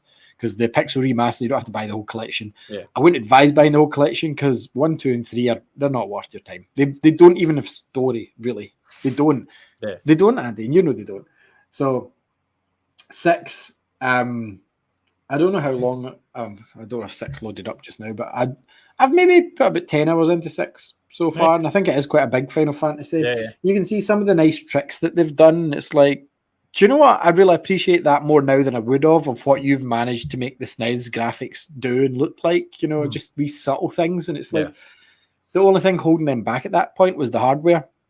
So after playing 6, I understand why they wanted to go to a CD-based console, because it's like, you can't get any more out of a cartridge after what you've done with 6. I understand it. But to me, it's like, it's just, I would argue and say that even you, Andy, you should play this at some point when you've got time, which is never. But like, I think it's very... There's some Final Fantasy that I would say don't bother, and we'll come to them in a minute. And we've not hit any of those yet. But 6 isn't one of those. And it's never been easier to play now because you can get it anywhere. It's been on phones for years. Like I'm saying, I'm playing the previous phone version before the Pixel remasters that people didn't like, but I like the look of. Because you can get this one's on Switch, Android, iOS, Switch, PS4. Don't think it's on Xbox though. But I would argue playing these ones is probably better on a phone. For sure. And if you have to play on a phone, like get some sort of one of these, because you can play them touchscreen, but I have to have it like that, so it's like a Switch, and then you've got these for when you want to emulate real games. I mean, legally buy them, obviously, but if it's a dead system, then go for it. But I mean, like, what am I playing just now? Final Fantasy 4, right? We'll talk about it in a minute. You can't see it. You can see one guy in the middle of the open world. Yeah. So, 6. I've only maybe played 6 for like an hour, maybe. And all I can remember about it was there were mech suits at the beginning of the game. Yeah, I remember them vividly because I've you have tried it. But this time I went, do you know what? I'm fucking playing it. I need to play this game. And you'll hear other opinions online, but I'm honest with you. I'm like, no, if you want to get into Final Fantasy, 6 is not the way. And like I said, 7's not even the way either. So it's not that I'm biased. But then we need to talk about Final Fantasy 5 because we want to wrap this up pretty soon because we want to give some brief thoughts about 16 before we finish up. Yeah. 5, I've never played. I'm going to be honest, not even push start. I played 5 for 1 hour on the Vita on a bus journey to, I think it was a bus journey to EGX. One of the EGXs we went to, actually. And I didn't like it at all. Like, it didn't work right at all for me. Like, nothing about it grabbed me. I didn't like the combat style. Even though it's quite similar to, like, a kind of proto version of, like, what it ends up being in, like, 6 and 7. Quite similar to that. Didn't like it. Didn't like the enemy design. Didn't like the character design. I would argue 5's the least talked about Final Fantasy. Yeah. Of the one. I've never heard anyone ever say Final Fantasy 5 mention 5 favorite, or even mention it. Really, Nope. Which is weird because 6 has got a decent story from what it appears. 5, from what I've managed to couple together, doesn't have the best story. And then you go to 4, and it's absolutely phenomenal. This game. I've played so many different versions of it, and the version I'm playing just now, I'm emulating PSP, is the complete collection. That's the most beautiful version. Looks nicer than the Pixel version. Looks nicer than the Vita 3, the DS 3D one that they did, the chibi one. It's called the Final Fantasy 4, the complete collection, and it's got the After Years as well, which is the sequel. Okay. But the sequel to that didn't come out back in the day. The sequel came out during the Wii era. They released it on the Wii, which is random. They released it episodic, and then they brought it out on the complete collection as well, which is kind of about Cecil's kids after the game. Right. Because this is what I like about this game, and I know you've never understood it, but I would say if you were like, there's 2 games, if you want to try the old ones, 6 and 4, but I prefer 4 to 6. So basically you start this game and you're part of the Knights. Your pal's a Dragoon and you're a Dark Knight. You're a bad guy at the start of this game. You're evil. You're working for the Baron, the kingdom, and you're starting to feel a wee bit like, okay, we're taking over the world, but we've just wiped out a village of people that didn't fight back, and you don't like that. You go and tell the king, but some wee dick tells the king that you're not trustworthy, and he's like, well, I'm relieving your command, and you and your wee buddy go to this village tomorrow. And you're like, all right. So you go to the village, and the ring that he gave you starts glowing, and all these bombs come out, and it's a really cool effect for an older game that the sprites of the bomb character come out and circle the screen like that, and then the whole village is like on fire. And so you've basically destroyed another village. They're blaming you, and you've been kicked out of them. And there's one survivor, which is a girl, and she's a summoner. And she's like, "You've killed my mum. You've killed her dragon died, and so does she." And you're like, "Okay, I'm going to help you now." That's better storytelling. So you go to the inn. This is just the start of the game, and basically you're at the inn, and your old buddies come along. And you're like, "Right, you're fucked," and we're taking the girl. And you're like, "No." You end up annihilating them, and then you go on this big journey across the world to try and find your friend that went missing, Kane, and catch up with him. And you meet all these characters along the way. But there's a very, very cool part in this game, Andy, where you're a Dark Knight, and I would argue you could be higher depending on how much you grind. But I just remember getting to level 30, and there's a certain point in the game where basically you change everything and you become a level 1 White Knight instead of a Dark Knight, and your character's level 1, but he's so powerful now.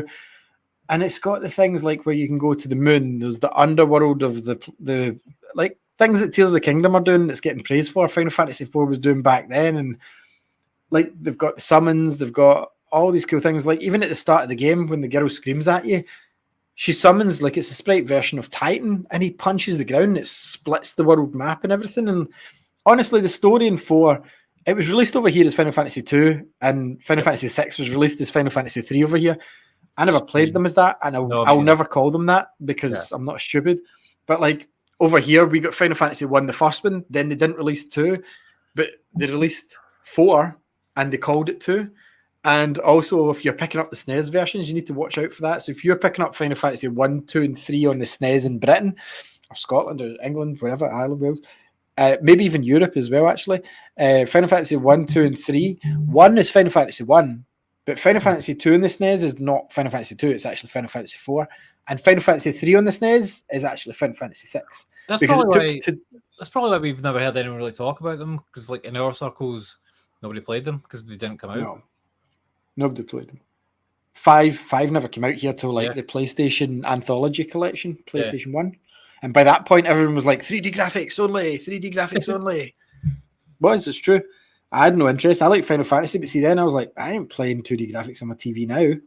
Whereas, and to a point these days, I prefer handheld for 2D graphics than I do on the big screen. But yeah, Final Fantasy IV is absolutely superb. There is a 3D remake you can get on your phone still as well, along with the Pixel remaster. It's on everything Final Fantasy IV. You can get it on the DS, Android, Apple, Steam. The 2 versions are on it's Xbox. No, it's not an Xbox. PlayStation, Nintendo. It's on the Pixel remaster. But if you can get a hold of the PSP Complete Collection, I think it's such a shame that that's never been released. But if you look at the art styles between the games, and this is the point where professionals would have them on screen to show you guys, but we don't, just Google it as you listen. I genuinely think the Final Fantasy IV Pixel, the Pixel remaster, it's a clearer version of the original, but I like the Complete Collection graphics. And the 3D version, well, that's a choice, and it's also got voice acting in the 3D version. On a first version of this, on a DS. What's then? On a DS. Yeah, or on your phone, you can play it on Steam as well. That version too. So probably wouldn't bother. Just go with the text boxes for those games for sure. Wouldn't bother with the voice acting. No, but you do get voice acting, and it's absolutely fine. The first version of this game that I did play was Final Fantasy IV Advance, because on the Game Boy Advance they had a version of it. Never ever finished it. The only time I came close to completing it was on the DS. I remember person that was in the room with me at the time whacked the back of my DS and the cartridge went bing. And I was like, no, I haven't saved in hours. I was just doing one of those grinds, you know, and I was like, you know, when you haven't saved for a while and you're like, I'll save in a minute. And then sometimes you push it too far and you die and you're like, I've just lost all that progress. But see, when someone hits the back of your DS because you've been playing it for too long to try and get your attention and the cartridge comes out, you're like, no, that was, I swear it was about 3 hours of grinding. I got to the point, I was like, I'm not redoing it all. Like, because that's the thing from Final Fantasies, like I would say 13, you don't really have to grind so much. You just have to do side quests. 12, I'm pretty sure is similar, that if you do the quest, you don't need to grind. I would say 10 and under, you need to grind. And by that, what we mean, if you're still here listening, is walking backwards and forwards, fighting enemies to level up, just over and over and over and over again. Because in 16, you do quests. There's no point in fighting enemies over in 16 because the enemies aren't strong enough to give you decent XP. You need to do the green quests, which is a kind of MMO trope, to be honest with you. 15, I think it was half and half, but mostly quests in that gave you XP. 14, it's MMO. 13, it's definitely the quest. Grinding in that game doesn't make a difference to you at all. It's the quest that you need to do. And 12, from what I remember. But in all these games, it's mostly grind. As you get down the line, age-wise, to the older games, it's more of a heavy grind than anything, and less story, because the longer the game, the better, was the thing back then. It's like, this game takes how long? I need to buy that game if it's going to 20 hours. Because there was games back then, like I remember one specifically in the Master System called Transbot, literally could finish it in half an hour. Half an hour was all it took. There was no difficulties, nothing else. You could just beat it. But anyway, that's Final Fantasy IV. So we've got 1, 2, and 3. And I'm going to group them all together, Andy, and I'm just going to call this pile as don't bother. Unless you have played all the rest of them and you need it for a completionist run, I would ignore Final Fantasy 1, 2, 3 completely, because there's nothing redeeming in any of them. And I know some people are going to be that sacrilegious, but I'm going to be honest. There's nothing worthwhile. There's nothing I'm like, you need to play it for this. Nothing. Absolutely zero. 3, we didn't get in this country until the DS version, I believe, the kind of 3D remake. And they didn't release the 2D version until the Pixel remaster this year. So just not that game came out so long ago. Like, so in the West, I've never played Final Fantasy 3. Couldn't tell you about it. 3's the most grindiest, even out of the 1 and 2. Like 1 and 2 are very basic. 1's closer to almost Zelda than Final Fantasy, you know, because it's so simple the way it is. But like 2's a wee bit more grit. But 3 is just a grind fest. It's almost where it's like, okay, we've got to grips. Arguably, in some ways, it's better, you know, with the way it's done the magic and stuff. But like, I would just say ignore 1, 2, and 3. And if it's sacrilegious to you, then this video is not for you anyway. There's no point in playing 1 to 3. There really isn't, unless you're doing, I want to complete them all. I would argue throw 5 in there, but I haven't played enough 5 to comment. But going with Andy's thoughts on it, just ignore 5. I would say 4 is the earliest one that you need to play. That I would say is almost essential. It's a really, really good game. 6, I'm yet to see if it's a good game. I mean, I'm 10 hours in and I'm like, I don't have a problem with it, but I don't think it's as amazing as people say. We'll see if business picks up with that. But that's basically our rundown of Final Fantasy. Sorry, that's been nearly an hour and a half. But before we go, we do need to briefly talk about Final Fantasy 16. It's currently sitting on Metacritic at 88. And I've got to say that I think it's a fair score for it. I don't think it's the best game I've ever played in my life when it comes to Final Fantasy games, but it's a very good action-adventure game.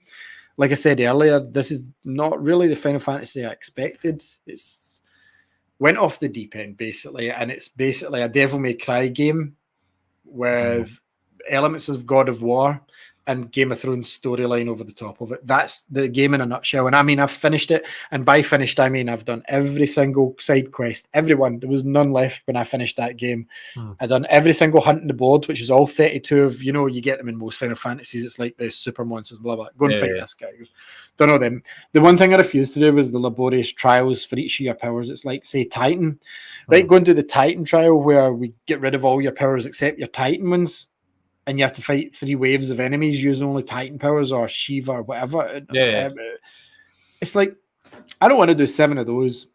But I beat all the bosses, the extra bosses on the hunt board, crafted the ultimate weapon in the game. Well, not Ultima, because that's only for Final Fantasy mode, which is New Game Plus. We just started last night, and that's a load of bullshit. It's just basically a harder mode where, like, instead of the first enemies being level 4 and stuff, they're level 43. So, but you keep your level and you can go up to 100. And I'm like, good. Because I don't want to spoil any of the story. I thought the story was fine, but there did come points where I'm like, it's story in your face all the time. You need to do side quests just to get a breather because there's no open world. There's no like mini games. There's no like side stuff. There's like trial runs. You can replay stages for whatever reason. I don't want to do that. There's like arcade, like finish the stage as fast as you can. I'm not interested in that. It's like, where's my card game and stuff? Like, where's my mini games? There's nothing like that. I won't get into the summons too much because it's spoilers because they're heavily tied in with the story. Clive's cool.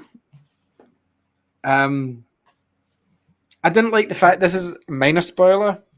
You only control him, and I say minor as in most folk, but you get people that fight with you, but like the enemies don't target your party. You don't have to worry about healing them and stuff. They'll never target them, so it's basically a single player adventure. And even though you might have your buddies with you, they will attack for you, and sometimes the enemy will turn to face them, but they'll never pass out. Like, there's no Phoenix Down in the game. There's no revive spell. There's nothing like that. What? So, what? Yeah. So you don't even need to deal with their gear or summons. It's only Clive that you deal with. So when you go to the shop, it's only Clive you upgrade. Oh, that kind of you don't upgrade. Because it's like, it's always fun to upgrade your party and give like the cool weapons to the characters you like the most. I know. And the summons to the ones you like the most. I'm even doing that in 4 just now. It's like you always get Ifrit, you always get this. Oh, sorry, not in 4, in 6. Because in 4 you've got 4's story is she's the summoner, like in 10. Yeah. But I'm like, Cloud, you always get, for me, he gets the lightning ones because he's lightning based. And then like Barrett usually gets the fire winds and Red 13 gets fire winds. But seeing this, you don't deal with the rest of your party. You control Clive. And I'm not even, I don't even think there's a section in the game where it goes, okay, now you're this. There's not. You're just Clive from the beginning to the end. And I mean, in 15, it was kind of like that. Like you controlled Noctis, apart from a couple of sections. You can swap, but you still upgraded the characters. You can swap, and you still had to upgrade and put all the magic and weapons and armor and all that shit on them.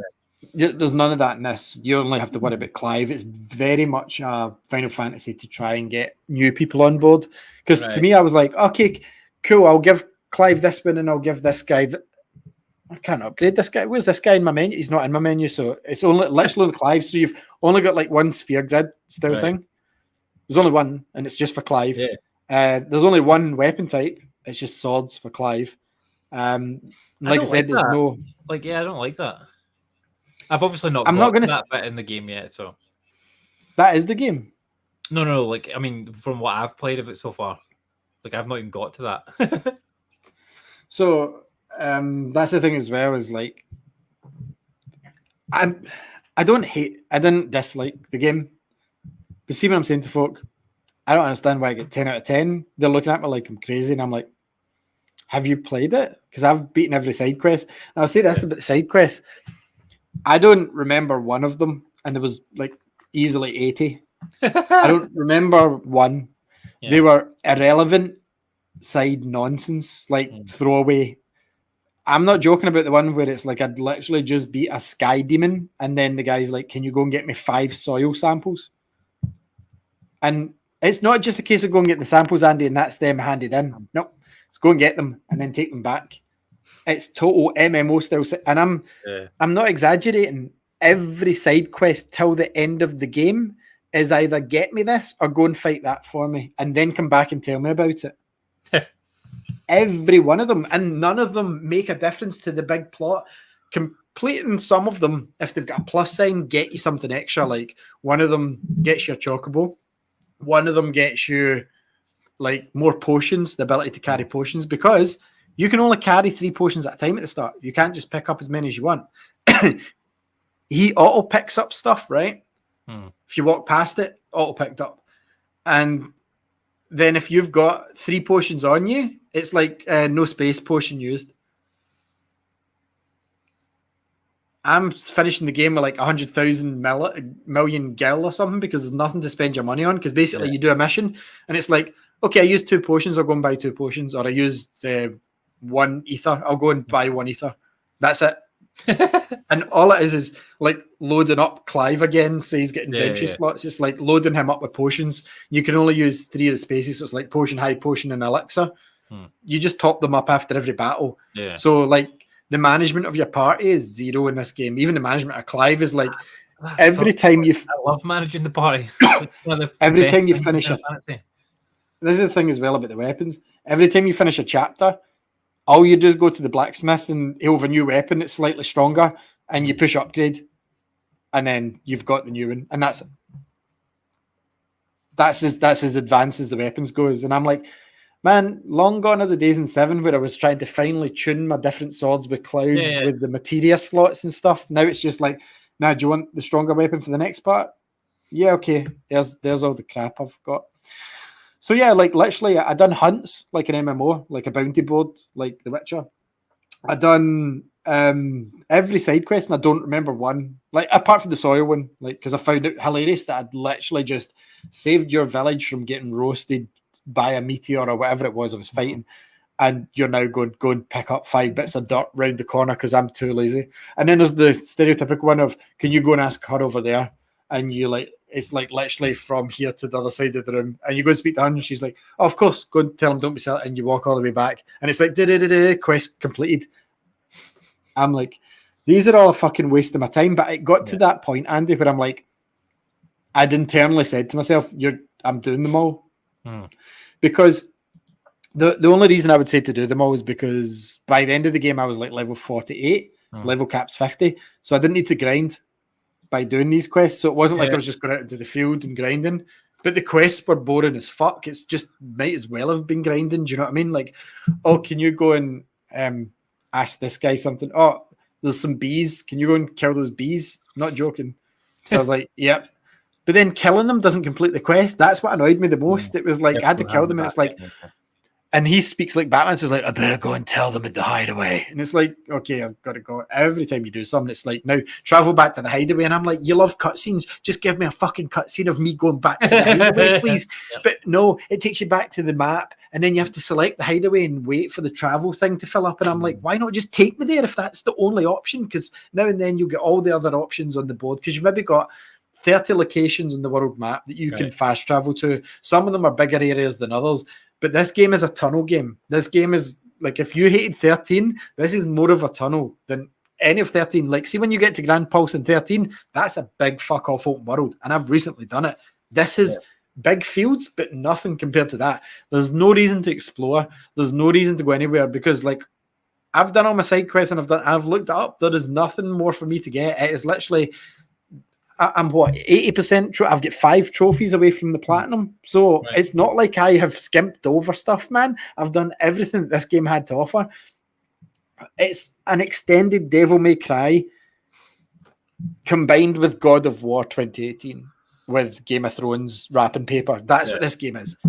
I'm not saying it's awful, but it's not what I went in looking for. That's why I need to play a Final Fantasy game, because I've been itching for one.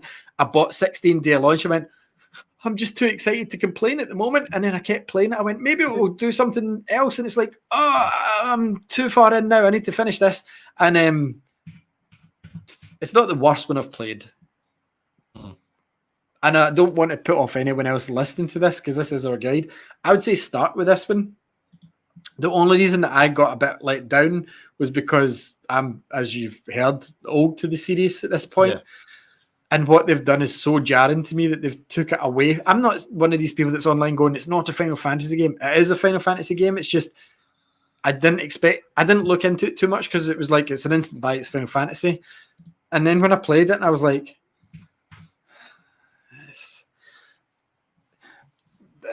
I don't have much more to say. I went in going, this is going to be my game of the year. Yeah. And I'm coming out going, I don't think so. Spider-Man's this year. And Zelda's already come out, and it kind of tops this for me. I would have just liked a wee bit more. I don't mind the combat. I just, like you said, the party system. I wanted to upgrade, like, even my dog stuff. Didn't get to do much with my dog. The girl in the game, Jill, kind of reminded me of Renoa. I was like, can I not upgrade her? Kind of like, no. What about my pal here? No. Just Clive then, is it? Even in God of War, you at least get a tray to upgrade. This is just literally, it's him. And nothing's that deep. It's literally just, do you want a better sword? Yep. You get any other options? No, just one sword. One sword every chapter. It's weird to give you so much money then, like, if you can't do anything with it. There's nothing to do. I got a trophy for it because there's a trophy for spending like 36,000 gil in the pub, and I went, might as well, because there's nothing to buy, because like 2 potions after every chapter is only 400 gil. So I didn't find any of it challenge. None of it was hard. Yeah. Not one bit. And this is the bad thing. There's New Game Plus. Fine. But it's all the same. It's not like I can go back, right? And there's like the ultimate weapons and stuff now to fight. It's not. It's just, and I've looked it up. It's just playing the same game again. Yeah. I'm like, I don't really want to do that right away. And some of the chapters, like I said to you, it's like 20 minutes of intense cutscene without your participation. And then it's like, okay, here's some five minutes of gameplay. And it's like, go back to the hideaway. I'm like, fucking put it in a cutscene. Just put it in a cutscene. But this is the best one to start with. I know it sounds like I'm putting it down. It's just, I expected a 9 or a 10, and I would argue 7.5 for me in this one.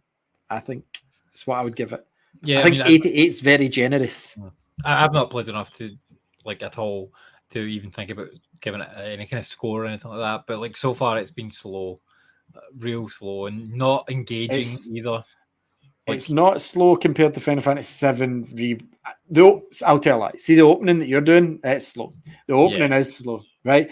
Really slow. The story gets a lot better. I think you're going to enjoy it. I think you're going to enjoy it more than me, because it's very Game of Thronesy, very fantasy, but it's not Final Fantasy, if you know what I mean. Like, that's why I'm like, you know what I'm like? Normally, I don't want to play the same kind of game straight away.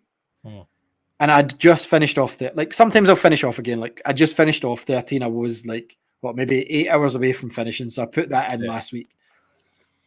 And then this came out, and I just played it every single night. And I'm like, it was good, but I wanted Final Fantasy, a fresh one. And I think I'm going to have to start 13.2 tonight or tomorrow or something, because 6 and 4 I'm playing on my phone. They're playing the old ones are it's different. Playing the new like playing a retro game, it's totally different from playing like a modern game, a big epic one. So I'm going to chip away at them more down the line, but I think tonight I need to start one of the big ones, because I came away from it going, I don't feel like I got what I wanted from that. I'm like, again, I'll stress, I'm not saying it's a bad one. I'm saying this is the first one you should try if you're new to the series. But for someone like me, and maybe even Andy, I came away from it going, I wanted like a full fat RPG. He's just like this very slowly, isn't he? Like, I'm going to touch his nose. Stop it, bud. So like, for I'm me, not let down, but it's not what I wanted. Yeah. For me, like, if I was saying to people, you're coming into Final Fantasy blind, never played a Final Fantasy game before, play Final Fantasy VII Remake. That's where to start. Final Fantasy VII Remake. You can't start them there. I get what you're saying. I think you need to, but because I think it's far more slower. It grabs you. There's more. It grabs you way faster than this. It doesn't grab you fast. It doesn't, and it also has got more systems to learn. I'm talking about easy. Just I've never played an RPG. Slide in. The reason you're saying that about 7 Remake is because you've played so many. But I'm talking about people that haven't played and have seen the trailers for this, or the side of the bus for this, or the fucking sword at the Tower of London for this. I went, I want in. 16's the one to get in on, or 15 because they're easy. They're just easy action games to slide in. 7. There's been bits this there's been bits this challenge me, and it's slow and dull. And I don't think if I didn't have the nostalgia, I don't think it would have been as it's not got that. Yeah, no, that's a fair point. Like, I would love to hear someone's thoughts on it that had never played Final Fantasy. The original. Yeah, like Final Fantasy. Like, see what someone thought of it coming into it new. So, like, if your cousin gets it, like, I'd love to hear what he thinks of 7 Remake. Well, he's going to get 16 by the sounds of it. Well, I mean, he liked The Witcher, so like I think that's a fair shout to go to 16 because it's the fantasy sort of thing. And he liked God of War. It's like I said, it plays more like God of War than Final Fantasy. And see, when I've realized that, I'm like, this isn't what I wanted from a Final Fantasy. Like Stranger of Paradise was like this. And to me, it didn't feel like Final Fantasy. It felt like a spin-off, which it is. And for anyone wondering, Stranger of Paradise, Final Fantasy Origin is kind of a prequel to the very first Final Fantasy game. But the funny thing is, Andy, you get to manage your party in that. You get to upgrade your party in that. You get to choose what they're doing. And it's got more traditional Final Fantasy elements in it than this does. And everybody went, that's not fucking Final Fantasy. And I'm like, well, if you think what they've done the last few games, like 7 Remake and 15, and that isn't Final Fantasy, wait till you get to 16, because Square have literally just went, we don't care anymore. This is really who we are. This is what we're doing now. And you might come away with a bad taste in your mouth, but I genuinely think, no, 7's too much like the old Final Fantasies. That's why I think you're wrong with it. I think to come to the series, you need to go to 16. Or 15, but 16. This isn't a paid thing by Square, by the way, for anyone that's made it this far. Start, I think, for easiness, for like simpleness to play, just without having to understand some stuff, because there's some things in 7 that the context means more if you've played the original, even where I'm at and I'm not finished it. Yeah. It's like, oh, I get why that's changing. I get what. But yeah, I'd love to hear from someone that has never played the original, played Remake, what they thought of it, if they think it's as insane. But you are just playing part of a game stretched out. But start with 16. Honestly, it's easy to play. Even the magic's easy to work out in it. Like 15's even got a bit more complex systems in that. Right. So yeah, I would say start with 16 or 15 if you can, and then go to 7 Remake as a third or second option. My choice. Yeah. And we'll stick with that. But thank you if you've stuck around for what's turned out to be 2 hours that I was on the plan and doing an hour of. I love talking Final Fantasy, so does Andy. There's probably much more that we could have done. Arguably, if we get into Final Fantasy 7 in depth, we could do an episode about this long on Final Fantasy 7 alone. Easily. But thank you very much if you've tuned in and listened. Let us know what you thought, if you agree with our choices for getting into it. And I know there's some people that are going to be like, he fucking said don't even bother with 1, 2, and 3. Tough. They're useless. And sorry, there's going to be some people that listen that the Final Fantasy Opera scene they've disagreed with completely, because they've clearly never played any other game in their life. It's savage. But yeah, start with them. If you have to start with the retro one, go with 4. If you have to start with PlayStation 1, start with Final Fantasy 8. If you want to start with a PS2 one, 10. If you want to start with a PS3 one, you've only got an option, it's 13. And then current day, I would say 16, 7 Rebirth, 15, they're all fine. They're all good, but yeah. Either way, you're going to have a good time. All of these stories are epic, but that's another thing that's I hate to beat down 16 so much, but I fully I know there's New Game Plus. It's the same bloody game. Yeah. 55 hours and I've rinsed it. Like rinsed. 5 trophies away from platinum of a Final Fantasy game in 55 hours. Doesn't sound right to me. And that's me adding on hours because my PlayStation's saying 52. And I'm like, I'm sure it's a few more than that. Arguably. But then, see when you play it, Andy, I would say a good 5 hours of that is cutscenes, so my PlayStation might be right. Yeah. But anyway, thank you again to watch our little guide to Final Fantasy. We'll maybe do another down the line, and hopefully we'll be back with a show on the normal next week. But I've been Ali, and he's been Andy. And enjoy whatever Final Fantasy you play. You might love 1, 2, and 3. If you do, come back, tell me in a minute. See ya. Bye. Bye.